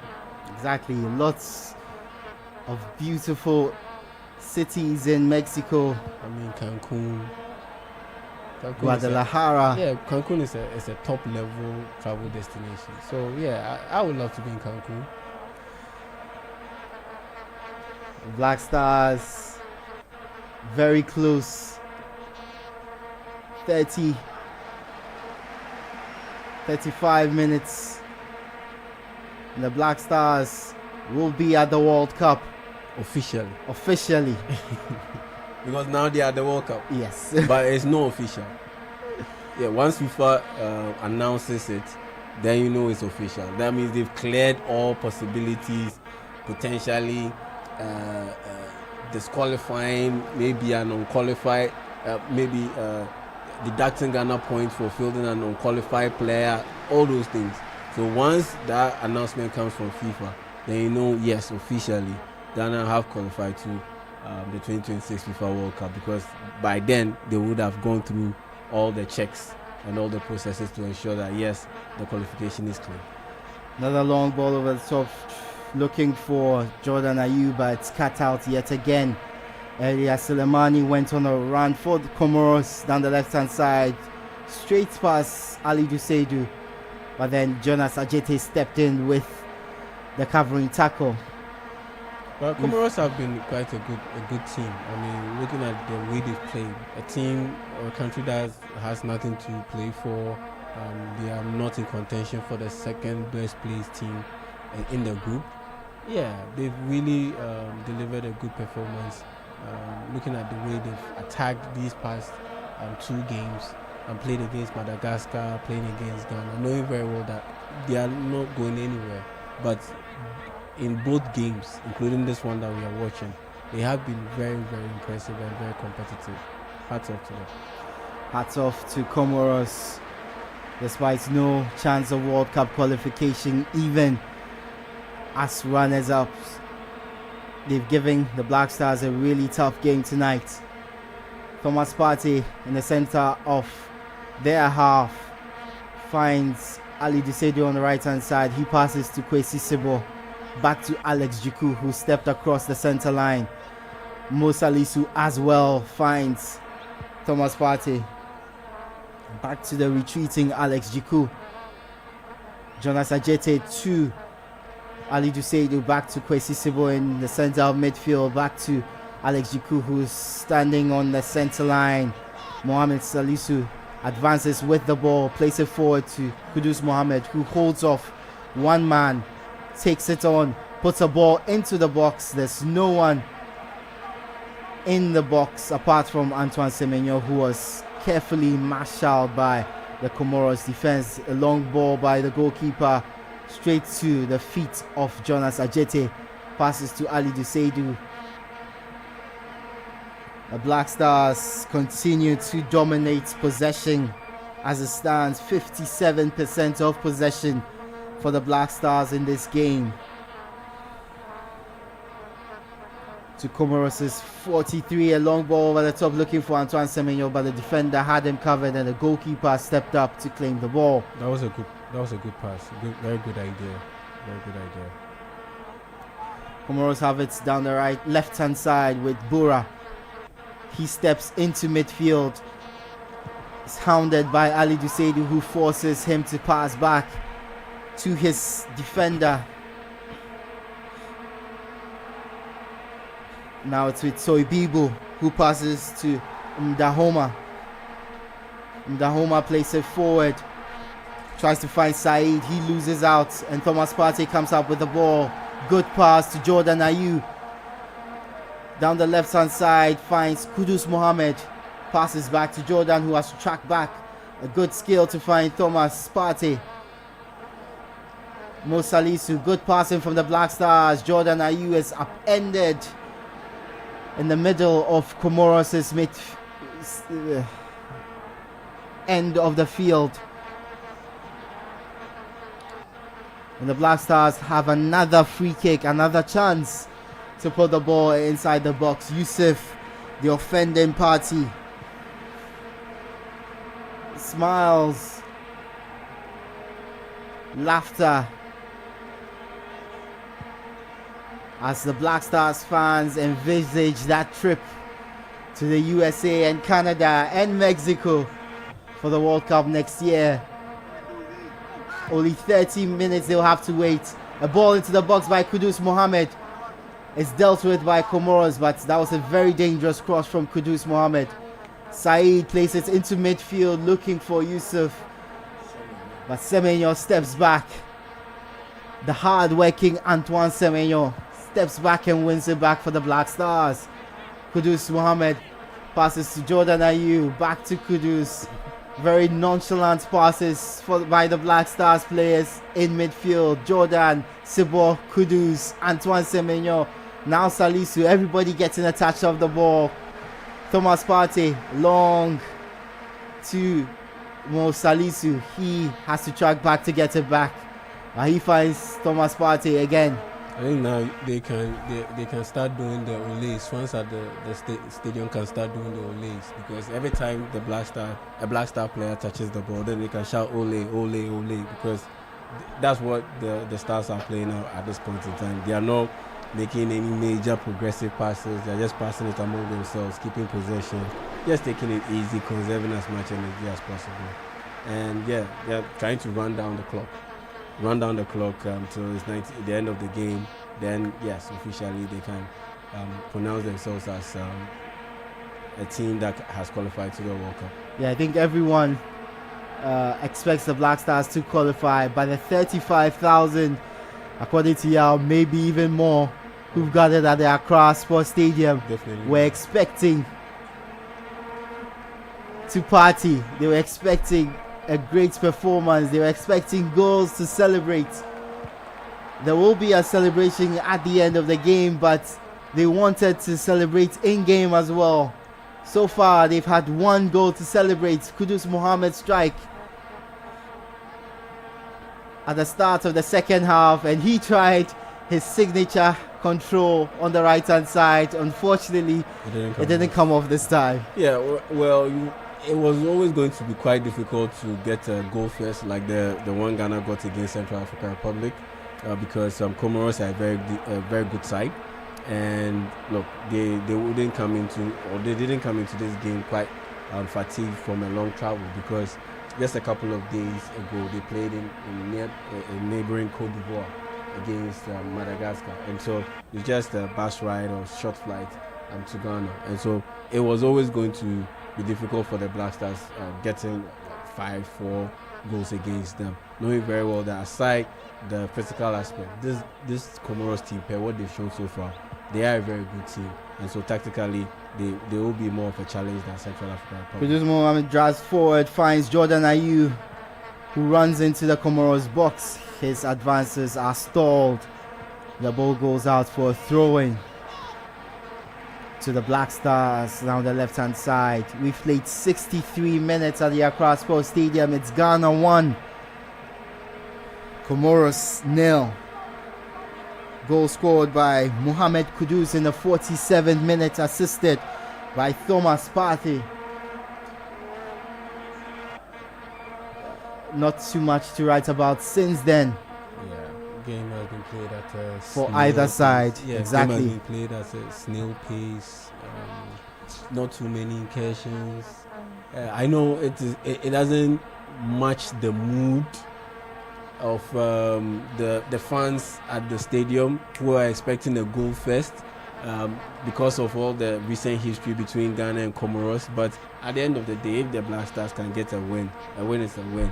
And yeah, coming up against Comoros, yeah, it will be something that it should be noted. And yeah, quick update: Mali have scored a third goal, and so yeah, they are doing their end of the business, or handling their end of the business, and Ghana is also handling its end of the business. And so no permutations, calculations needed in any of these scenarios, because either team, they are handling their business at home, respectively. Before the start of the game, Madagascar needed to overturn an 8-goal deficit to the Black Stars to stand any chance of qualifying automatically. Unfortunately, it seems they might be on the end of an 8-goal drubbing if things continue as they are in Mali. Mali 3, Madagascar 0. In Accra, it's Ghana 1, Comoros 0. The Black Stars looking to hold on to secure not just a revenge victory against a team that has become familiar foes to them in Comoros, but also wrap up the 2026 World Cup qualifiers in style with victory and keep Otto Addo's unbeaten streak in the World Cup qualifiers alive. Yeah, he would want to have that unbeaten streak. he would want to have that unbeaten streak, because in the face of incessant calls to have him leave the job, this is one of the issues or the items that he can point to as a defense, that how or why would you want to sack me when I'm the first person or the first coach to qualify Ghana to the World Cup twice, and on top of that, in my second attempt, I haven't been beaten. Or actually, in both attempts, I haven't been beaten, because Ghana drew against Nigeria in both legs en route to the 2022 FIFA World Cup. And ever since he returned to Ghana as a head coach, he hasn't lost in any of the World Cup qualifiers. And so, yeah, he would really want to maintain that unbeaten streak as a way of defending himself in the face of all these calls to get him sacked. A change for Comoros, Iyad Mohammed coming on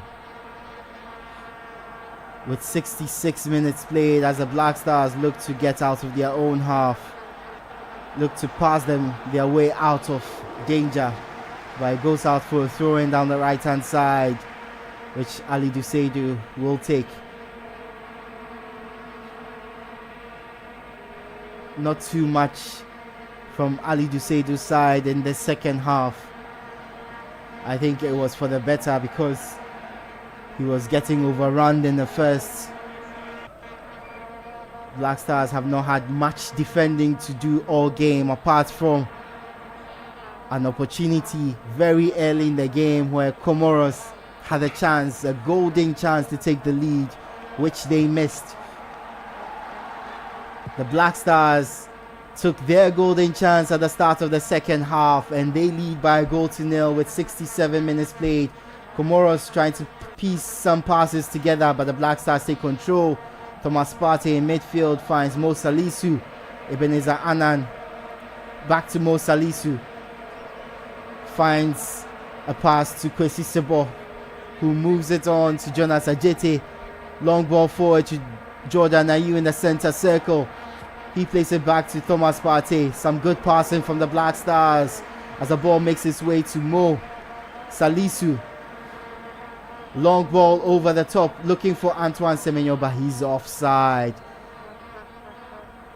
His delicate chip at the end there hits the crossbar, but the linesman had his flag up for offside.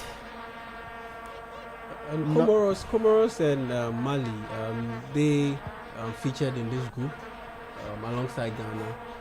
Group I, but Comoros and Mali will qualify. They've qualified to the AFCON, and they will compete in the AFCON later this year in Morocco. And I look at the way they've approached, both teams have approached their final games, and it's clear that some of the players are playing for, particularly in the Mali team, they are playing for places at the AFCON, because it's just close by. Right now we're in October. The next little over a month, we'll be having the AFCON taking place, and so it's great to have your team win as many games as possible in the lead up to such an important tournament, and also for players who are on the fringes. This is a great avenue to be able to show what you can do, and just provide options to the respective coaches that yes, you can be a ball throw into the box. Jordan Ayew faced with 3 defenders, but he dinks out across, is grabbed by a goalkeeper. Sorry, Al, you can continue. I was just rounding it up by saying that yes, some of the players on the fringes would love to put on a good show to give the respective coaches more or less 1 or 2 things to think about when it comes to selecting or naming their players for this upcoming tournament in December. And so I understand why Mali, for instance, especially Mali, looking at the options that they have on their team, would want to finish on a high note and still go out there and play this very competitively to be able to close out their World Cup qualifiers. 70 minutes played at the Accra Sports Stadium. It's still Ghana 1, Comoros 0. In the other group game, Mali lead Madagascar by 3-0. Burkina Faso lead Ethiopia by 1-0. It's Djibouti 1, Sierra Leone 1. Egypt's lead Guinea-Bissau by a goal to nil as Kudus Mohammed dances his way into the box. He beats two men, places it back, but it's cleared for a corner kick to the Black Stars. Vintage Kudus Mohammed beats one man and then a second, cut it back with his right foot, but then it was cleared out for a corner. Yes, I was about to the Black Stars. I was about to ask for changes, just to give some of the players a bit of a breather, and for us to see some of the players on the fringes a little bit better or more than we've already seen them. And so, yeah, I've seen a couple of players warming up and about to change into their kits, and so we'll see who gets to be picked. Given the number of games he's played so far, I wouldn't consider Caleb Urenchi fringe, but Otoado seems to be bringing him more. Yes, I don't think he's needed in this game. I think, let Alidu Seidu play out this matchup, get his legs under him in national colours, because he has been playing actively for Stade Rennes since he recovered from that injury. I would love to see Prince Owusu in this team. I would really love to see Prince Owusu in this team, and maybe Atizigi or Joseph Annan in this setup, because this is the perfect time to do so. There's virtually nothing at stake. We've already qualified, and so this is the time to bring in those players so that Ghanaians can have a good feel of them for a little bit. Kudus Mohammed has been everywhere today for the Black Stars. Takes it back to Jordan, who himself is in midfield. Finds Mo Salisu, his ball over the top, long and aimless, and Comoros deal with it comfortably. Down the left hand side, Bura has the ball again. Place it forward, looking for his attackers, but it's cleared out for a throw to Comoros in their own half. Now changes being made here by the Black Stars, and the referee says the play must go on. The changes will have to wait until the next break in play. On the right hand side, Comoros have the ball near the penalty box of the Black Stars. Seven Selemani takes it, places it in, but good defending there. Loses the ball, but the Black Stars have a lot more defending to do. Lapses in concentration in defense, almost letting Comoros.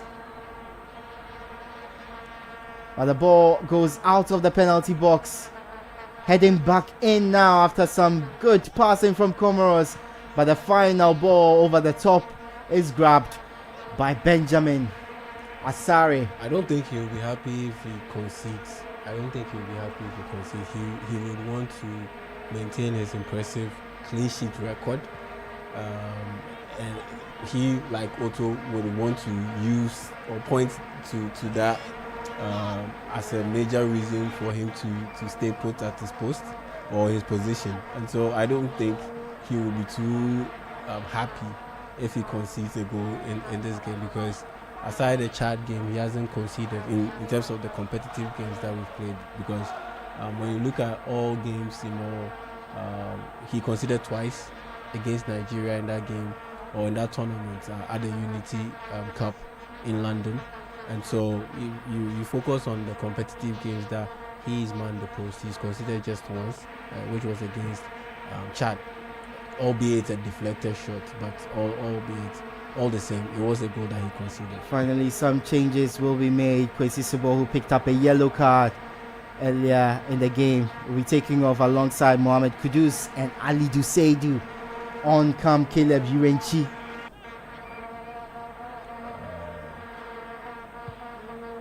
Kojo Pepra and Joseph Paintel. They are the ones coming on. I would really love to see Ballon Thomas Asante. This is the time for him to be able to be given a solid opportunity to play in the Black Stars. I would really love to see Ballon Thomas Asante. Only 75 minutes. As Yao said, 75 minutes played. First 3 changes made by Black Stars head coach Otto Addo, bringing on Caleb Urenchi, Kojo Pepra, and Joseph Painter. And already the Black Stars are on the attack. Joseph Painter on the right hand side. Caleb Urenchi, but his ball is cut out by the Comoros defense, and now they can attack if they want to. They don't seem to want to play it back into midfield. Yusuf on the ball for Comoros, place it to the left hand side. Bura back into midfield. A long ball will be dealt with by Mo Salisu. He finds Jordan Ayew down the Black Stars' left hand side. He tries to hold off his marker. It's eventually cleared out for a throw in to the Black Stars on the left hand side, which will be taken by Ebenezer Annan to Mo Salisu. His ball across finds Jonas Ajete. Now Caleb Urenchi, who's come on for Ali Duseidu. Oh, that's Caleb Urenchi. Place it into midfield for Thomas Partey. Urenchi seems to be playing in midfield with Thomas Partey, his natural position. Used to deputize at right back for the Black Stars, but he's back in midfield, which a lot of people have called for recently. Good work from Joseph Painter, but the cross from Kojo Pepra is cleared out for a throw. He was the wrong person in that position.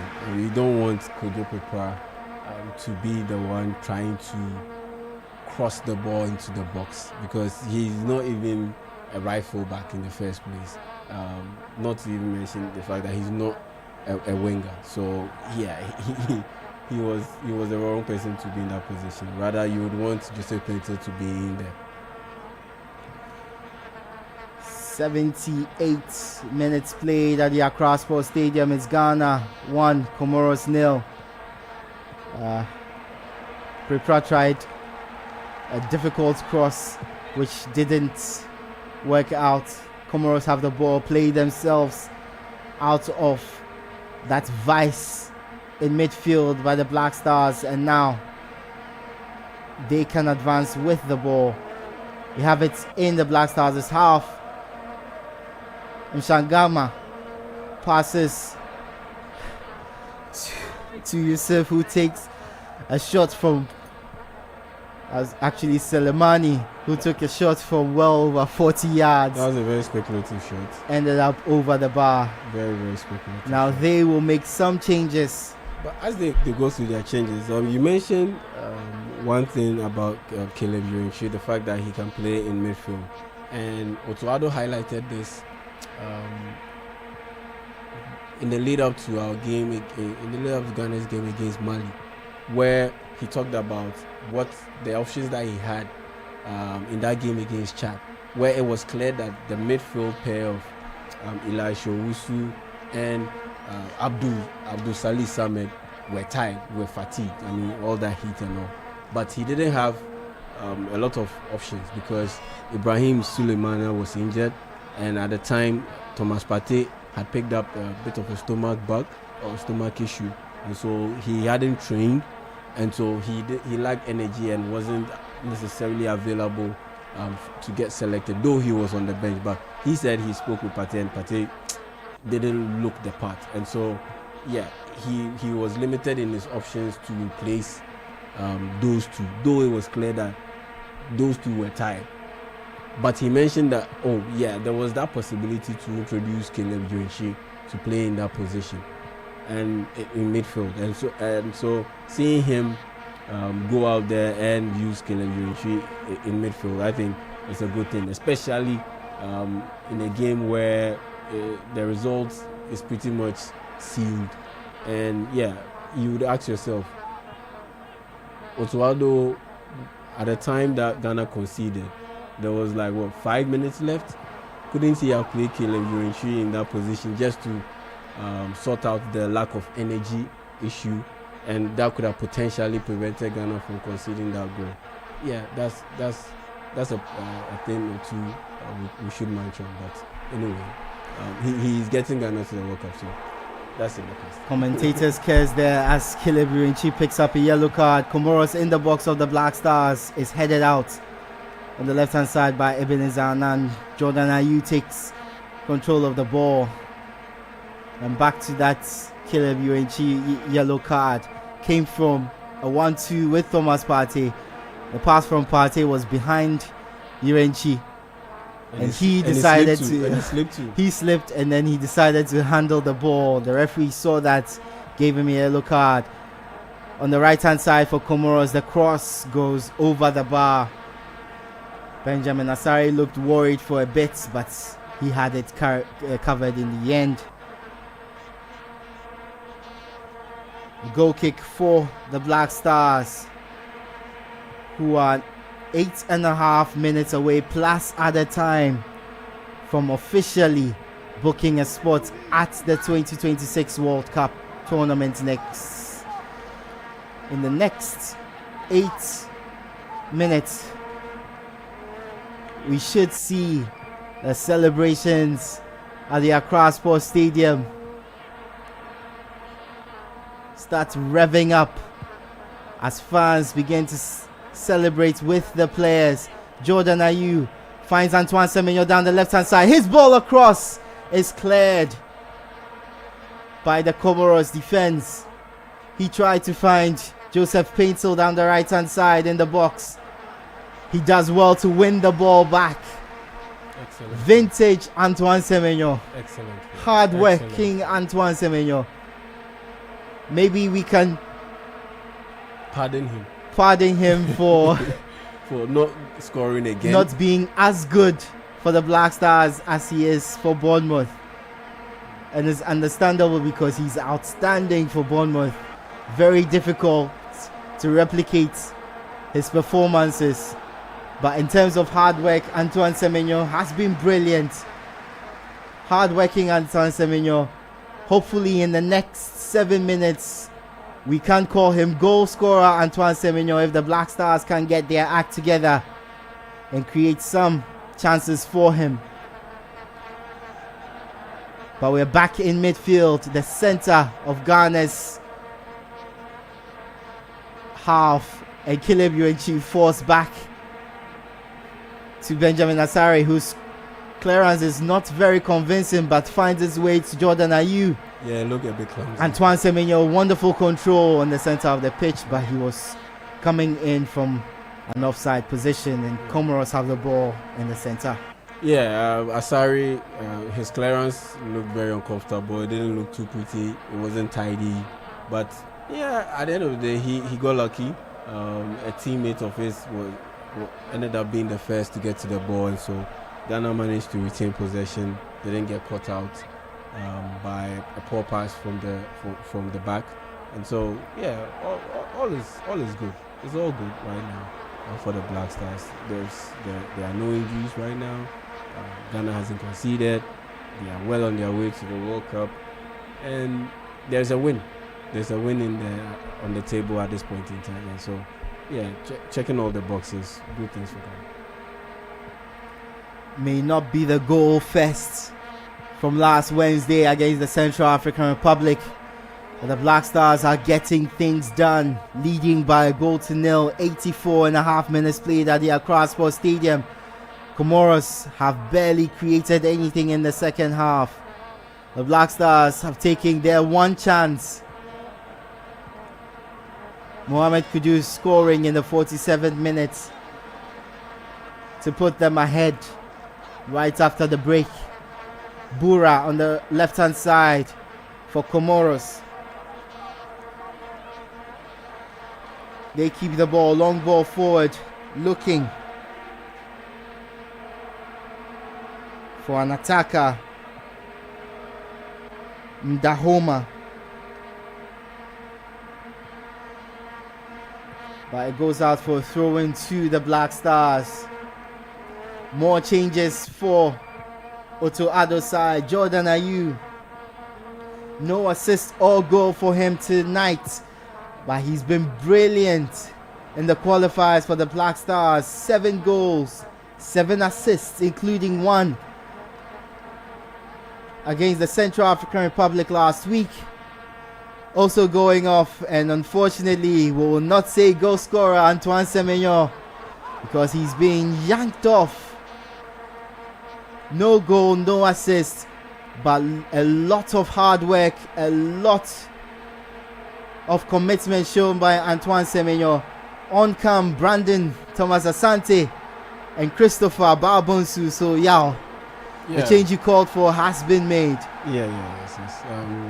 And looking at the fact that you have Babonsu and Jose Pinto on the pitch, I know the intensity won't drop. I know those guys are very direct players, direct wingers, and so I'm pretty sure Thomas Asante will get 2 chances to have a go at the Comoros defense and potentially score a goal for the Black Stars. But I love the fact that he's out there competing. I would have wished that he got a bit more minutes, but at the end of the day, look, he's back in the team. He deserved to be called up to the team. He didn't get called up, but he got a bit lucky to an extent with Iñaki Williams picking up a late injury, and he getting that late call up as a replacement. And now that he's been able to make it to the field, oh, that's a good chance that he missed. A massive chance for Comoros. Great build up down the right to equalize against the Black Stars. But Madoma fires over the bar. Nice step over from the edge. Letting the ball run in behind, knowing very well that a teammate was behind him, showing that great sense of awareness to pick out his teammate without necessarily touching the ball. Very good build-up, good shot attempt, but he just skied that attempt. And it's very difficult to get such a cross under control, especially when he hit it one time or first time. And it's very difficult to be able to do that. But that's a good attempt from Comoros. For everyone who is counting, it's 2 minutes left until Ghana confirms a place at the World Cup. Officially. That's the key word, officially.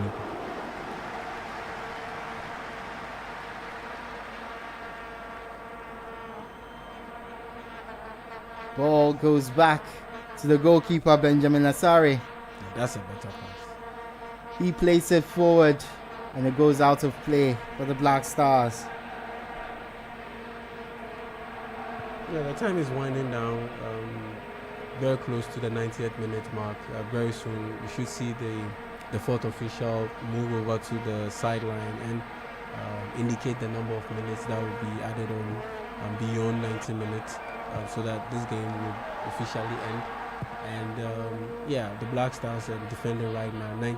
89th minute, Alexander Jiku delivered a very good clearance, first time, no nonsense kind of clearance, safety first kind of clearance. So the Black Stars defending right now. Typical of Alexander Jiku, no nonsense, first time clearance. The Black Stars have a throw in on the left hand side, and Madagascar have pulled one back against Morocco. Won't affect anything here in Accra, but for them it increases their chances of making it into the 4 best runners up in Group I. They're currently second on 19 points, across into the box, and Benjamin Asare punches it clear. He got the job done eventually, and good run from Joseph Paintel. Beats 2 men to take the pressure off the Black Stars. It's back on the left hand side with Mo Salisu. Caleb Irenchi. Mo Salisu back to Irenchi. His ball across finds Thomas Partey. It's back with Jonas Ajete. The ball is in midfield with Partey again. He plays it forward to Abdul Fattah Isaaku. And he's tackled, loses possession. It goes into midfield and in steps Ebenezer Annan to win it back.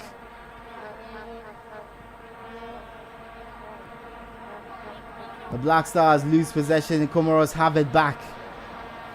That's Brandon Thomas Asante. Yeah, Christopher Bambos who lost the ball there, but instead of tracking back, he had a very rather lazy approach to trying to, in his attempt to retrieve the ball, instead of tracking back with a lot of seriousness, he was just walking. That for me is a no-no. Especially when you are on the periphery and you are playing in a loaded position. In this team has a lot of options when it comes to that wing position, particularly on the right side, and so the lack of application for me there was a no-no for me. The ball is on the left hand side. Joseph Paintel has it, tries to beat his man, checks back, finds support in Ibn Niza Annan, who plays it to Caleb Renchi. Thomas Partey retrieves it and moves past his man. Good play from Thomas Partey, but he and Paintel were not on the same wavelength. But the ball ends up with Paintel anyway, as a wayward pass from the defender finds its way to the Ghanaian attacker. On the right hand side, Jonas Ajete finds Kojo Pepra. Back into midfield. Now with Mohamed Salisu in Ghana's half. He plays it forward to Thomas Partey, who's marshaled the midfield expertly tonight. He finds Caleb Urenchi. Alex Jiku. Ball is back with Comoros and they can counter. On the left hand side, he moves in field. Finds his man on the right hand side. Good skill to beat a couple of Black Stars defenders, but the ball is cleared eventually. Now up front, Comoros have a chance to equalize, but it's cleared for a corner. Instead, good clearance from Jonas Ajete, who stepped in very crucially to cut out that cross. A chance for Comoros now from a corner kick. With 1 minute left, actually 30 seconds to play. Corner kick down the right hand side and in swinger puts the ball into the box. Ben Asari came out but retreated. The ball finds its way to the edge and a speculative shot, flies over the bar. Speculative shots taking there by the Comoros attacker. Yeah, and Mali have scored again. So right now it's Mali for Madagascar 1. Mali have scored again. The goals are raining down in Bamako right now. A very simple finish. And the game is over. It's full time at the Accra Sports Stadium. It is done. 2006. 2010, 2014, 2022, and now 2026. The Black Stars have made it to the World Cup in the USA, Canada, and Mexico. It was worrying at times. It was uncertain at times. But now from an inexperienced freshman to seasoned global icons, the Black Stars have made it through a tricky group and will join up with the world's best in the USA, Canada, and Mexico next year. The world awaits as Otto Addo's team once again take everyone on in the global showpiece. It wasn't very impressive, but it got the job done. And that's synonymous of the Black Stars and Otto Addo, at least in the World Cup qualifiers. It was not pretty, but they got the job done. They got the job done. The unbeaten run maintained. They got the job done. A 1-0 win over Comoros seals a place at the 2026 World Cup for the Black Stars.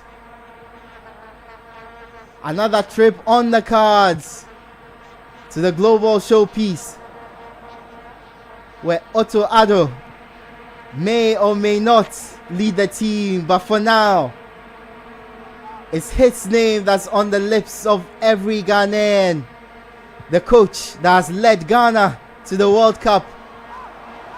Last 2 consecutive World Cup appearances for the Black Stars under Otto Addo. No one can take that from him.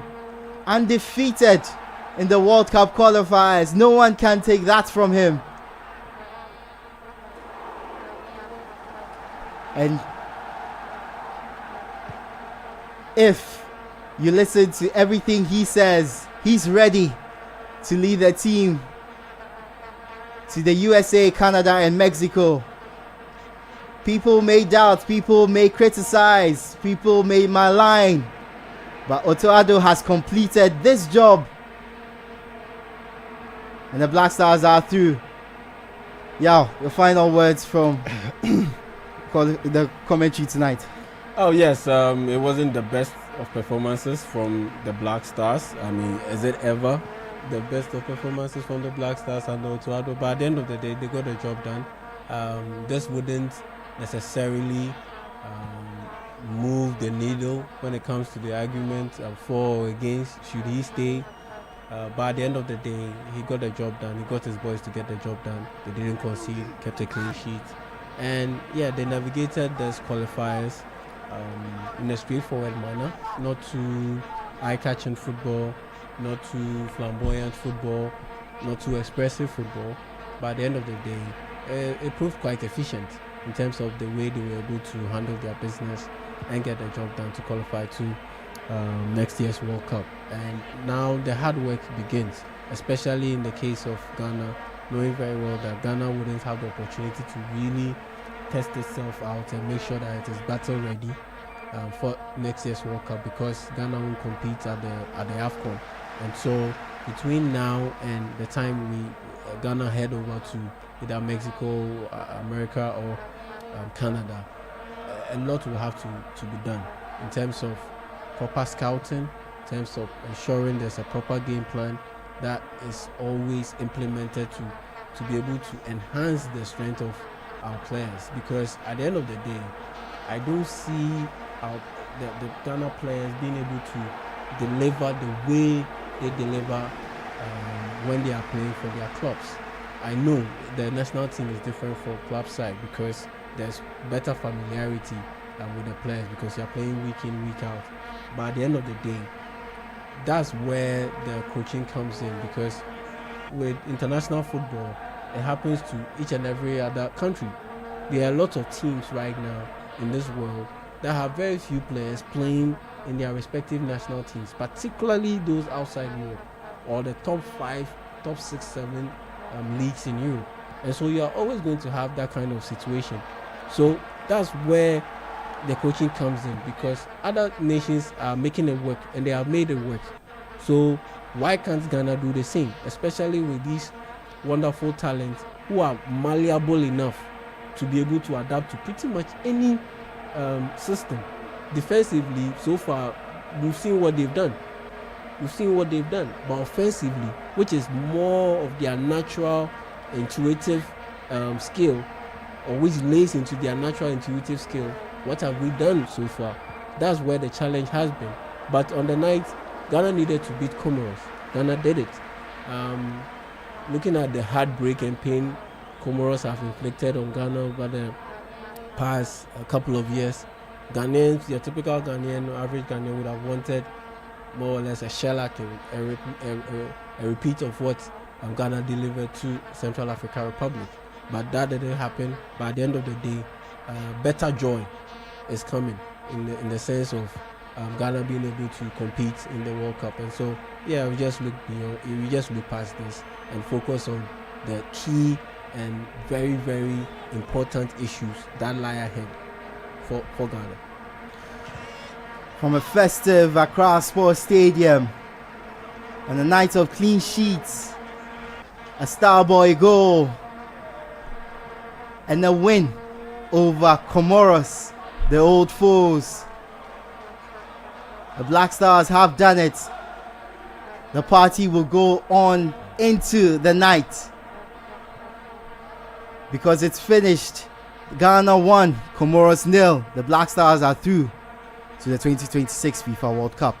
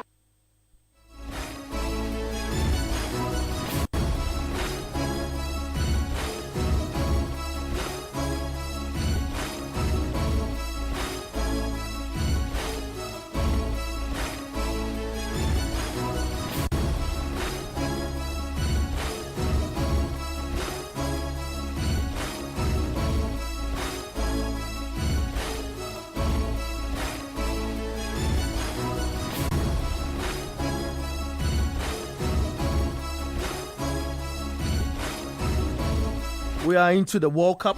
Thank you, Edwin Kofi and Yao Ej Minta, painting the picture much clearer after the Black Stars started this whole journey wanting to make it to the 2026 FIFA World Cup. The caution was sent out from the football-loving community. They needed this team to qualify. They wanted to see this team at this level again. A fit AFCON, a fit World Cup. All messages are welcomed on 0549986996. I'll go straight into your messages and I won't keep the energies down. I want to get into calls as well, so you can call and let me know how you feel after the Black Stars sealed qualification into the 2026 FIFA World Cup. Let's get into some messages. Now, if Otoado draws this match, he should be sacked today. I think it was an earlier message that was sent. I am not impressed at all with the first half performance. Very poor. I'm highly disappointed in the players. All those spectators are there with high hopes of seeing the Black Stars score. Ali Sedu should not be playing at all. He's struggling, especially with his height.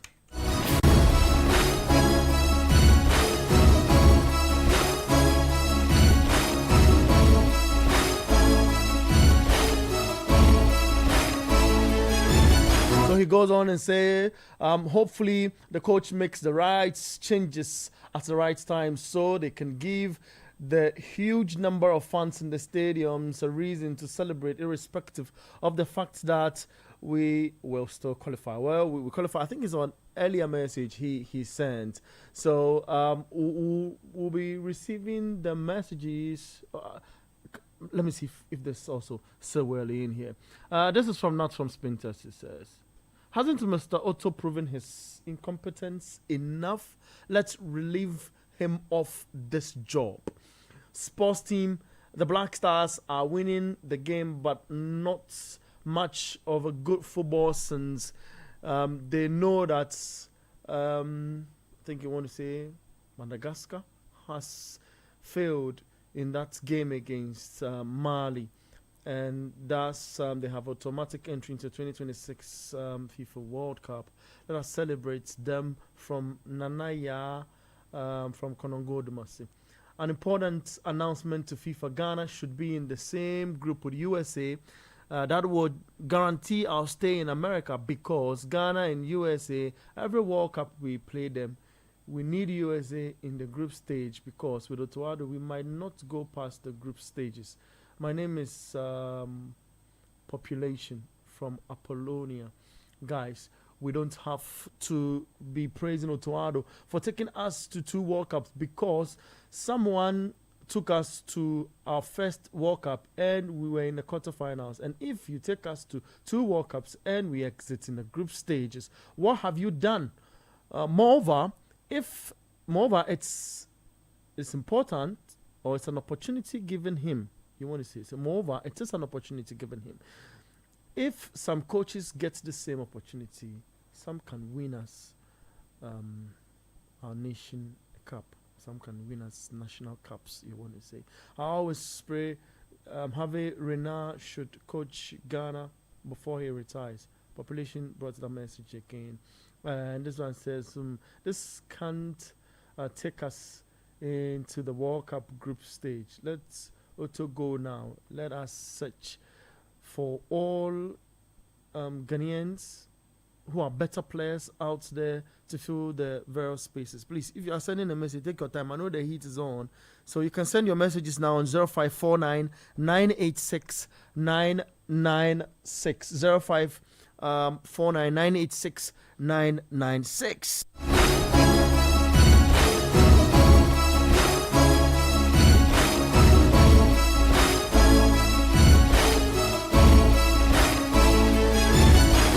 Making your messages on 0549 986 996. This is 97.3 City FM. Black Stars qualified to the 2026 World Cup. Maybe I can go through the FIFA wall and see what their immediate posters.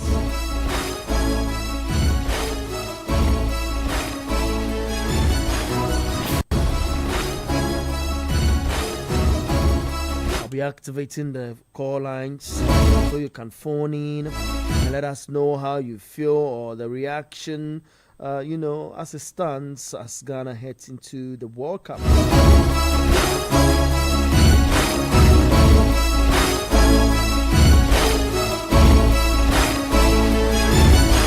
Ratoma Djukovic qualified Ghana to the 2006 World Cup. Milovan Rajevac took us to the SA in 2010 for that World Cup. James Kwesiapia took us to Brazil 2014. Tuado took us to Qatar in 2022. He takes us to the USA, Canada, and Mexico in 2026. If you are wondering, as the list.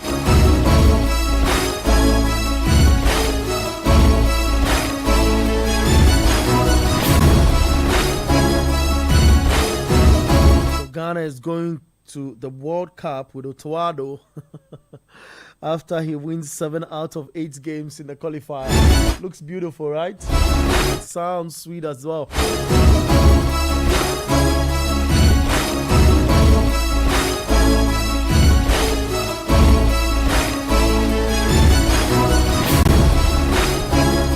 Now I am on the FIFA page on X. It says Ghana have qualified for the 2026 World Cup.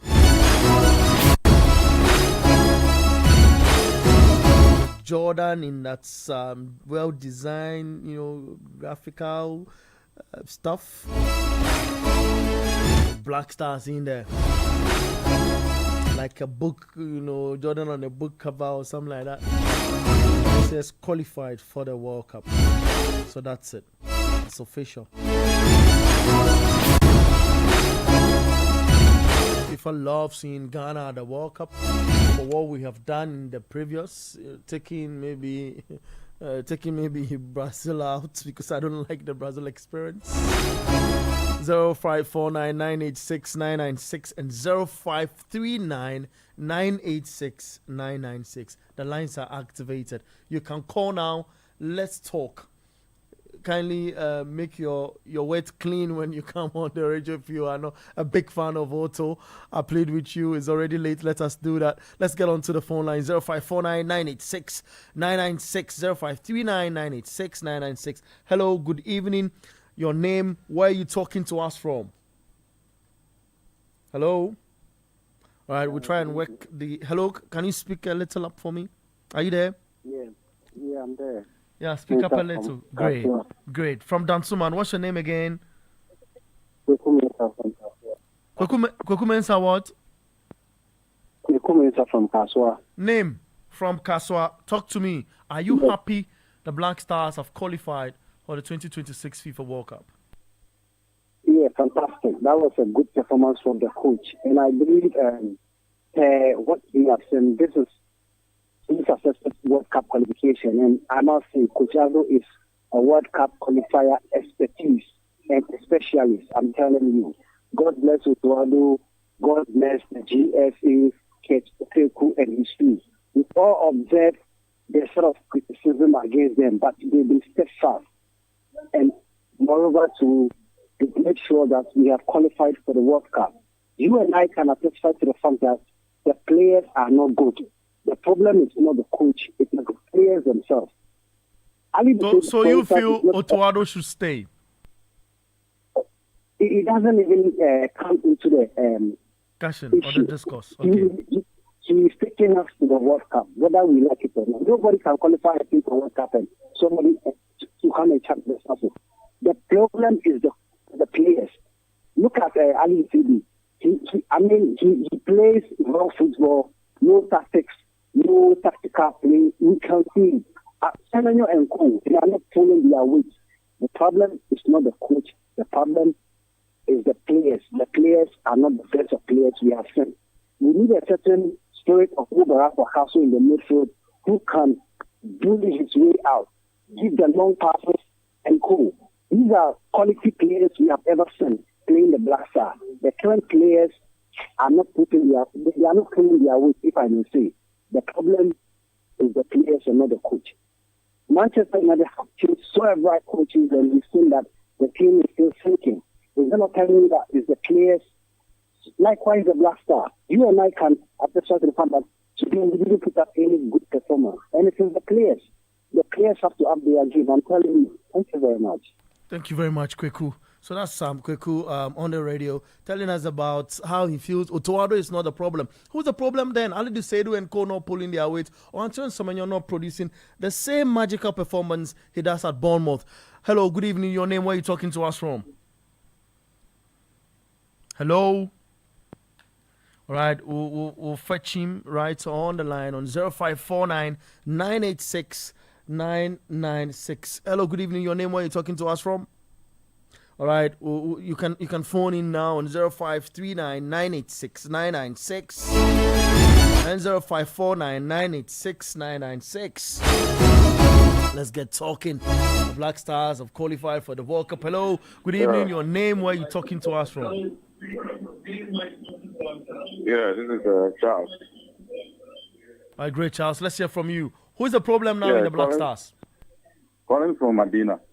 Fantastic. Who's the problem now? The players not lifting their weight. Somebody says Otuado's gotten everything right. You see, I watched the game, and especially the first half. It looks like Ghana is like a car that is on a handbrake. It's moving, but still on a handbrake. You see, I don't understand. This is what you see. We are qualified, fine. We are all happy, but the brand of football that we're playing is not exciting enough. See, we are playing at home. Why don't we leave the attackers? Let them play the football. Let them score the goals. You see, even the goal we got wasn't, I don't know, it was just like some pure luck. If we go with this to the World Cup, we're going to be in trouble. We will come home so quickly. So Otuado, I mean, we all know that we cannot sack him. It's all about it's political and it's financial and all that. We can't sack him. There's no way they're going to sack him. He's going to go to the World Cup. But Otuado needs to improve. He needs to improve. Okay, I beg you. Thank you. Thank you, my brother. Please, if you call, don't be listening to yourself. I understand the situation you're in. Hello, good evening. Your name, where are you talking to us from? Hello? Can you hear me? Yes, great. My man, talk to me. Are you happy? I'm happy Ghana Blaster has qualified, but I'm not happy about Ghana. Why? So all the 100 on something televisions in Ghana, none of them can show Black Star match in Accra for us to watch. So what is the use of the television stations? They just close all of them off. They have no use. No. Abirashna, calm down. Seriously, calm down. They have no use. Down. They are Hold on. They are forcing financial loss. No, don't do this. We've also got Net TV here. I won't allow you say that. You cannot say that. We have another call on the line. Hello, good evening. Your name, where are you talking to us from? Hi, good evening. My name is Makapui, and I'm calling you from Klagon. Kafui, talk to me. Okay. Do you see the same performance from the players who excel at club side with our national team? Semenyo is an example. Were you pleased with his play today? Well, I think that he could have done better than he does at the club side. But let's not also forget the role that he's assigned and the kind of support that he gains from his club side. It's all, adds up to the game that they play when they come to the national side.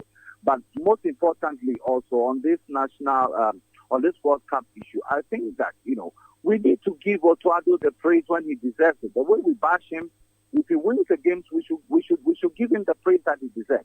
For me, this attitude of Ghanaians where we are always quick to point out mistakes, it's really a problem. Look, my brother, we have qualified for the World Cup. Now let's look forward. Let's stop the blame game. If we feel that Otuado has certain gaps, let's find a way to close the gaps. If we need to pull in some coaches or local coaches or whatever, let's pull in a team to support him and let's look forward and see how we are going to end the game and stop this blame game and try to put holes in effort that has been made. I believe that Otuado has been with the team for a while and he has learned his lessons. He learns from his mistakes, and so we have seen the progression in his performance. And let's just praise him and urge him on and give him the support that he needs, whether it's with staff or just by word of motivation. And let's look at the World Cup. Ghana is going to the World Cup. That should be the agenda. How are we going to make the impact? That is it, my brother. Thank you very much. Thank you too. Good job to you and your team. All right. Thank you. We appreciate that as well. 0549 986 996 0539 986 996. It seems Ghanaians don't seem happy. After qualifying into a World Cup they've never been in previous times or been there and not performed. Hello, good evening. Your name and where are you talking to us from? Hi, good evening. This is CK talking from Simon. CK, are you proud as a Ghanaian seeing your team in an expanded World Cup for the first time?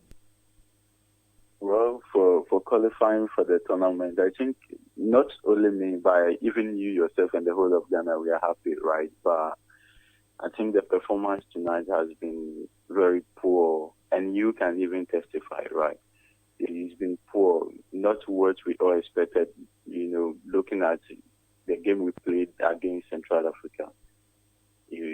So I feel Otuado should be fired before the World Cup. Okay, I heard somebody mention that it's not the coach, but it's the players. He mentioned as a player, but you see, if the player is not good, it's the coach that selects the players that are going to play, right? So we have to get a proper somebody else to take charge of the team before the tournament proper. Yeah. I think you've said it all. Thank you very much. It's a sweet evening. I don't want to take much of your time, but I want your reaction in relation to whatever you saw on the page of play. 0549 986 996. Hello, good evening. Your name and where you are talking to us from. Hello, yes. Good evening. This is Sami calling from Jasikan. Sami, talk to me. Yes, I'm very glad that Black Stars have qualified. Ghana has qualified. But my brother, I don't think we are being fair to Otuado. It's the same man who led a team to beat a team 5-0. Why are people doing that to him? I think we should rather come down, support him, so that he will improve. So please tell your people, the Ghanaians who are accusing him. I'm not happy about the comments they are making. Thank you very much. All right, thank you very much. We have another call on the line. Hello. Good evening. Yes. Talk to me. Your name and where you talking to us from? Hello. Yes, I can hear you. Talk to me. Hello. I think he's not hearing, so he can go and come back. On 0539986999. Say hello. Good evening. Your name? Where you talking to us Hello. from? Yes, I can hear you. Hello. I can hear you. Let's talk.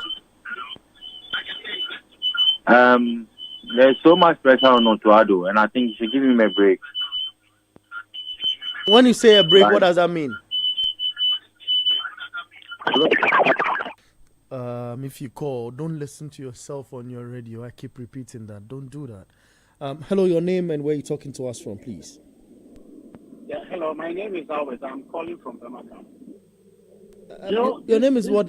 I guess Albert, calling from Birmingham. Albert, yeah, you seem far away from your radio a little. So if you can talk it to your mouthpiece, we'll be grateful. We can hear you now. Okay, sure. I'm saying that I just left the stadium. I watched the football match live. And I think that Ghanaians, we are not patient enough. Okay?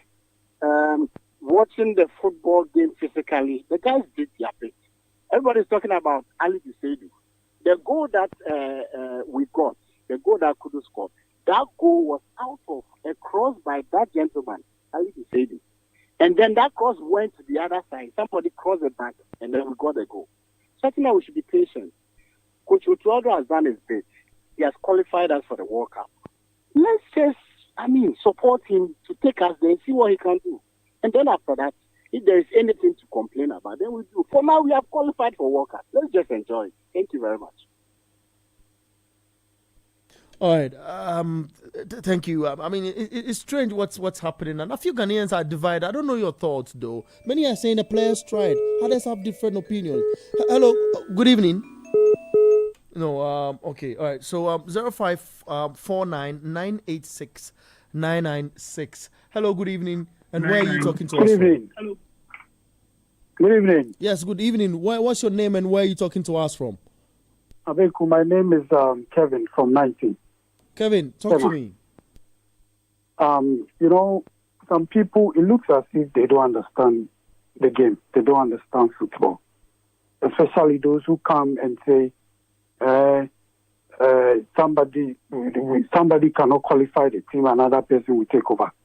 Don't we compensate Otuado? Don't we remunerate him for taking us through the process? I'm asking. No, we remunerate. We pay him, including the players. Yeah.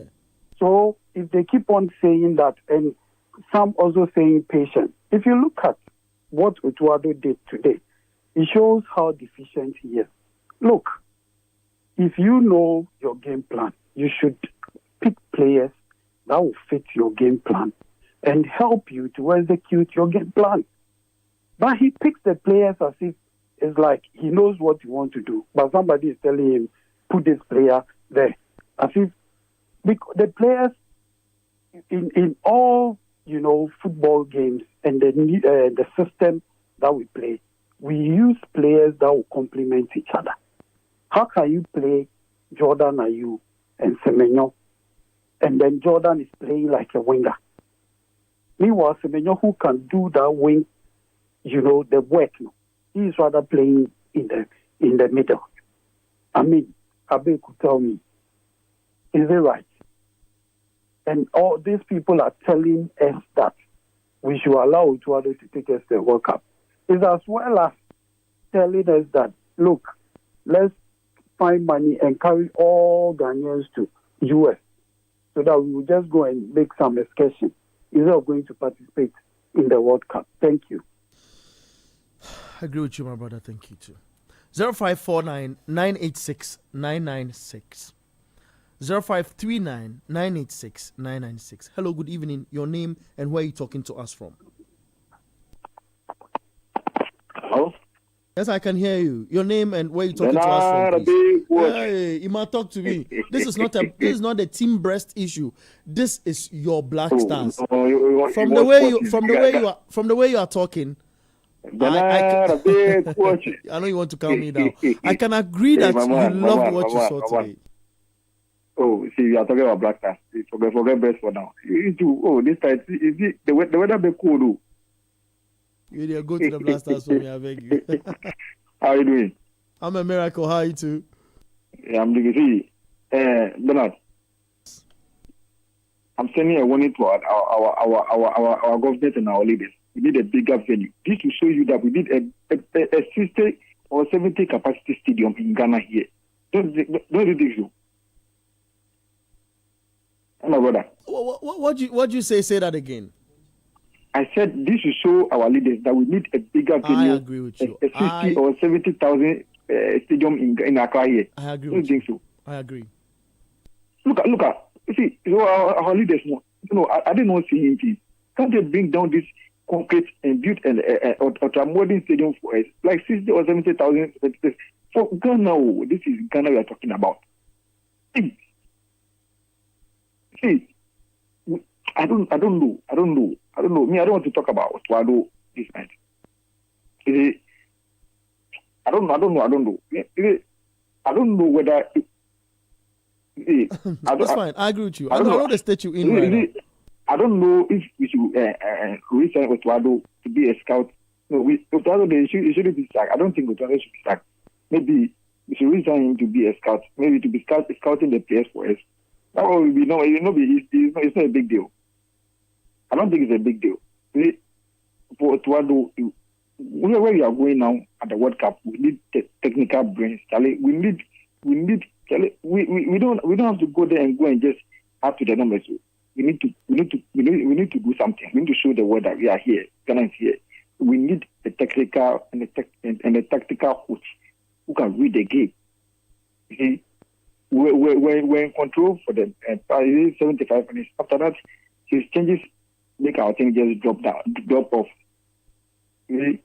And how we start the game, it was very poor. Like, who plays a 3-back system?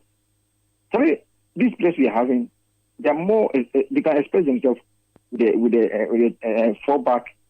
I don't know. Every time this, I don't want to blame anybody. So big ups to them. They've done well, but we need a bigger venue for the Black Stars. We beg them well. Only because they are listening. We need a bigger venue. Maybe 60 or 70,000. They should bring down this concrete and build a modern stadium for Ghana. What is this? Thank you very much, Simon. I agree with you. Thank you. 0549 986 996. 0539 986 996. Hello, good evening. Your name, where are you talking to us from? Yeah, I'm talking from Bujumbura. My name is Papa Sam. Papa Sam, let's talk. Yeah, so much have been taught. Some of the things I see them as empty ways.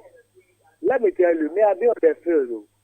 Players can go on the field. They are determined that they will never play any good, fine game to, spectacular for fans to cheer up. But there is no way you are going to score there. That is Otuado's strategy. Now, check out all the coaches that have held Black Stars.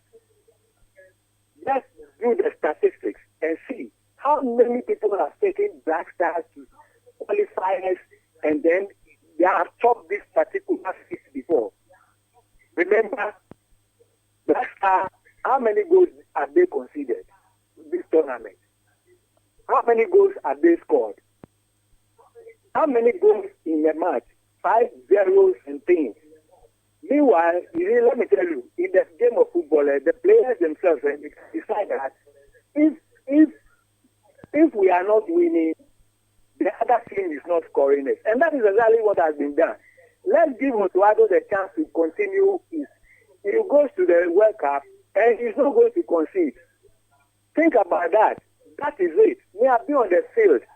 As a matter of fact, in 1992, I could have been part of the Black Stars team that played in Libya. I know what I'm talking about. Other people will talk too much. Is it fine soccer that they want, or the result and qualification? What's that? we better shut up and let the man continue. He's doing it. How many goals has he considered? The players themselves, let me tell you, on the field of play, players can decide that, hey, we fill the empty spaces, the pocket spaces, and then the people will not penetrate and score. They understand. Of course, they will not come and play fine football because in their club side, when they are playing, they know they have strategies and do it. So here they are playing individual games. Let's allow the boys to continue like that. They will gel up. That is it. They will gel up. Okay. All right. Yes. Thank you. I think his point is well made. In establishing that the players maybe don't want to play. Hello, good evening. Your name, where are you talking to us from? Hello, Bernard. This is Jordan from somewhere in Osu at the moment. Solid, Jordan. Talk to me. Were you at the stadium today? Yeah. I left after like the 75th minute. I didn't want to be jumbled up in the sardines that we moving out at the end, so I quickly left. But Ben, I'll be honest with you. I'm not a football coach. I haven't been to any football academy, but we need to change Otuado. We need. Did you see what Urinti was doing when he came on? Oh, you were at the stadium. What was he doing? Oh my God! Like Urinti is not a bad player, but I didn't know he can play centre mid in place of Sibo. Like, didn't you have any better option on the bench to replace Sibo? Honestly speaking, or I don't have a proper football eye. See, going into the match against Comoros, knowing very well that we are in a comfortable lead, right?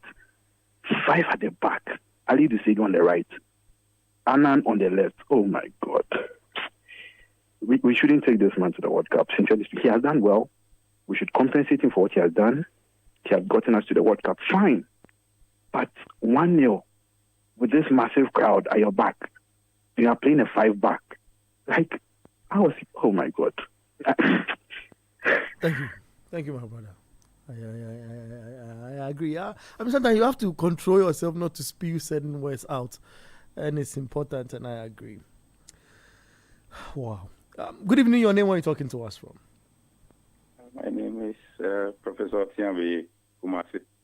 Prof. Please, Otuado was given a KPI. He has fulfilled it. Please, especially sports journalists, please leave Otuado alone. He has done it. He has taken us there. The last time we couldn't go, it was somebody else. Everybody said, let's find somebody. Well, who are you going to find? Otuado is doing his best. And, of course, Ghanaian players, they are also looking at their contracts and their legs and everything. He has done it. He is a Ghanaian person. Let's support him. You want to go and bring a foreigner? He will go. He will chop the success. He has been there. He has been a player before. Yes, things may be the way we don't like it to be. But every sport journalist all over, he is not good, he's not good. Can you coach? Leave your studios and go and coach. He's the best for us now. He has qualified us. His statistics is the best so far. You can count it against everyone else. So, Otuado all the way. The DFA should not make an attempt to change. Our players are also part. They have their contracts, and they don't want to spoil it. So today, we have qualified. Let's celebrate. And leave Otuado alone. He's the man for the job. He's qualified for it. We're speaking from Kumasi, KNUSC. Thank you. Thank you, Prof. I'll pick 2 more calls. We end this. I read your messages. We end it. Hello, good evening. Your name? Where are you talking to us from? Hello, Bernard. Yes, my brother. I'm Hamza. I'm calling from Tesano. Yeah, Hamza. Let's talk.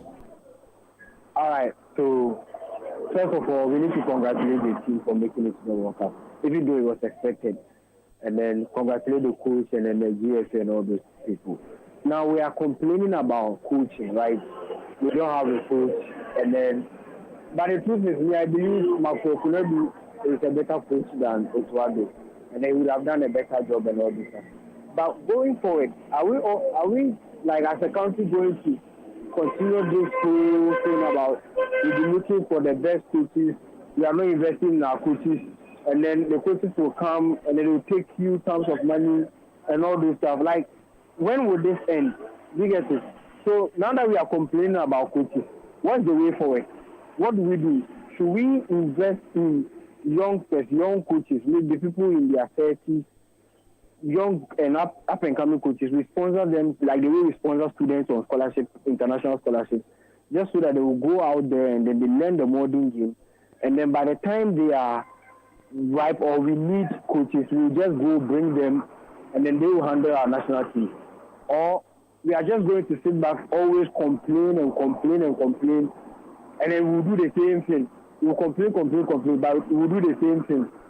I don't know the plan that the people who handle our sports or our game in general have in place for like the future. In the next 15, 20 years, are we going to go by this same plan or this same routine?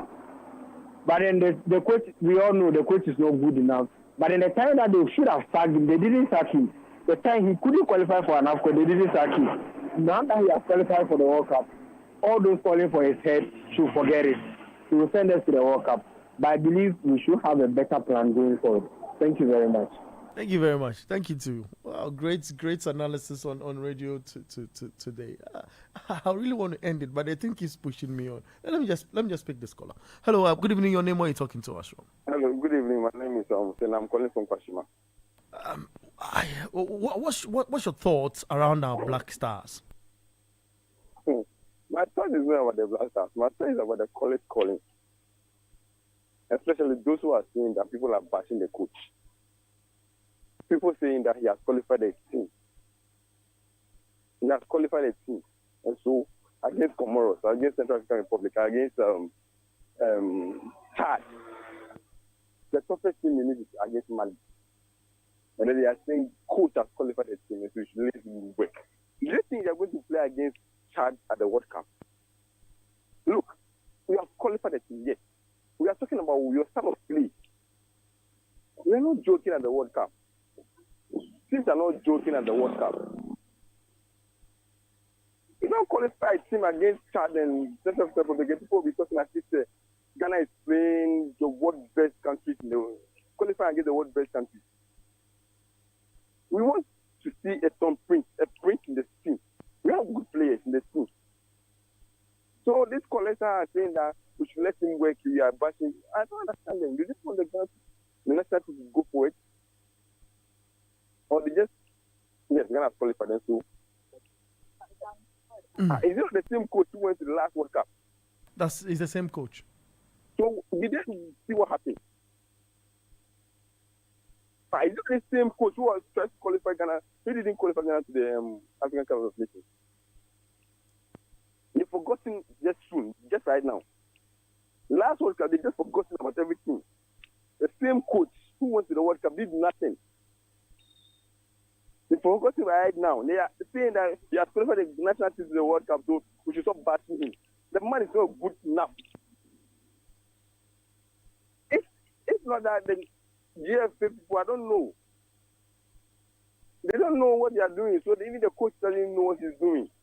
That's why it's come back to come and coach this national team. People don't want the national team to go forward. Ghana sports is even dead. I can even say that. Because today, national team is playing. They were in Premier League. Which other countries having their Premier League playing?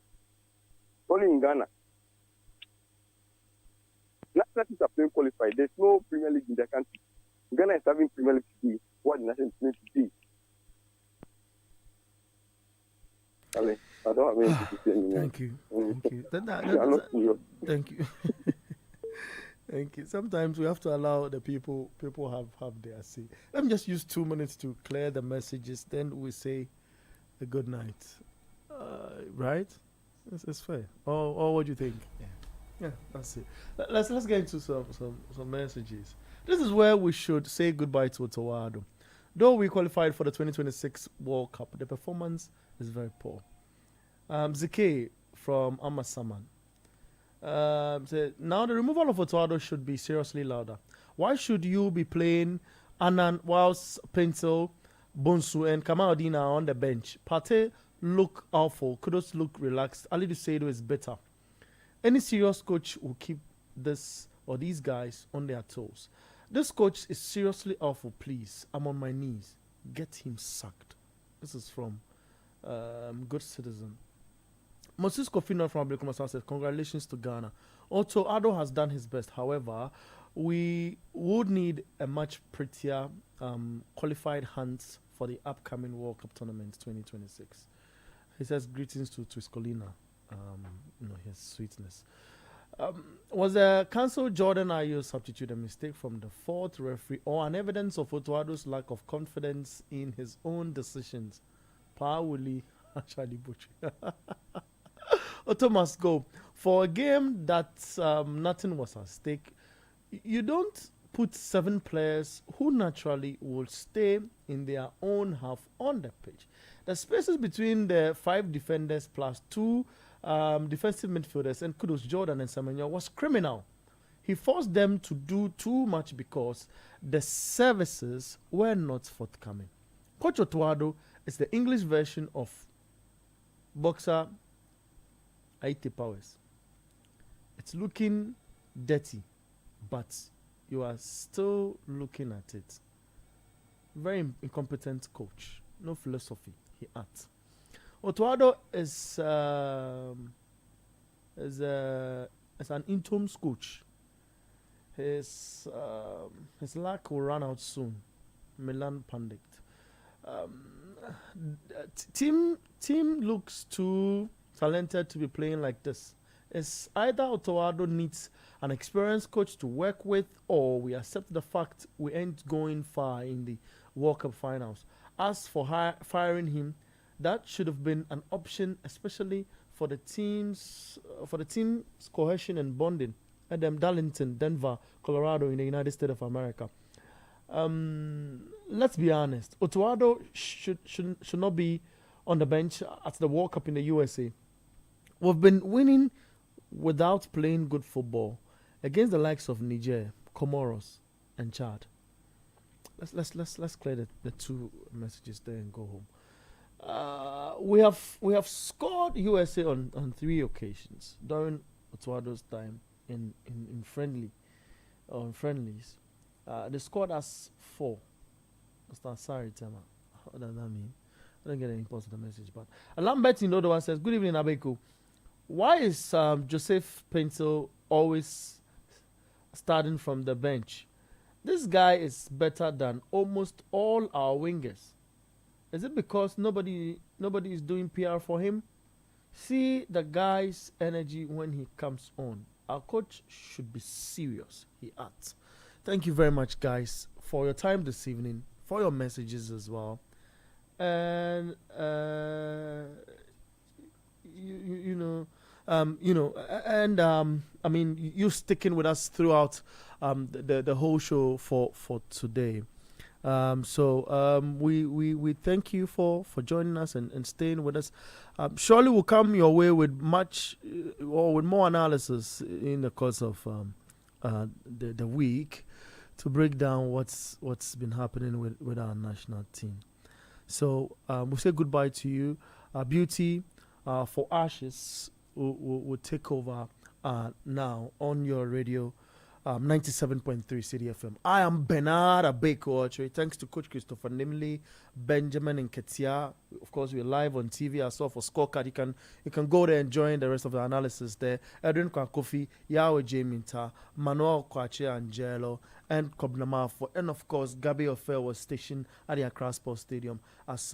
We have enjoyed ourselves during this qualifiers. We hope you have enjoyed yourselves too. But there's a lot more we need to look at. Good evening.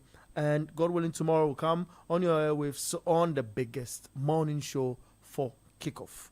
But for now, say sport is life. You get involved.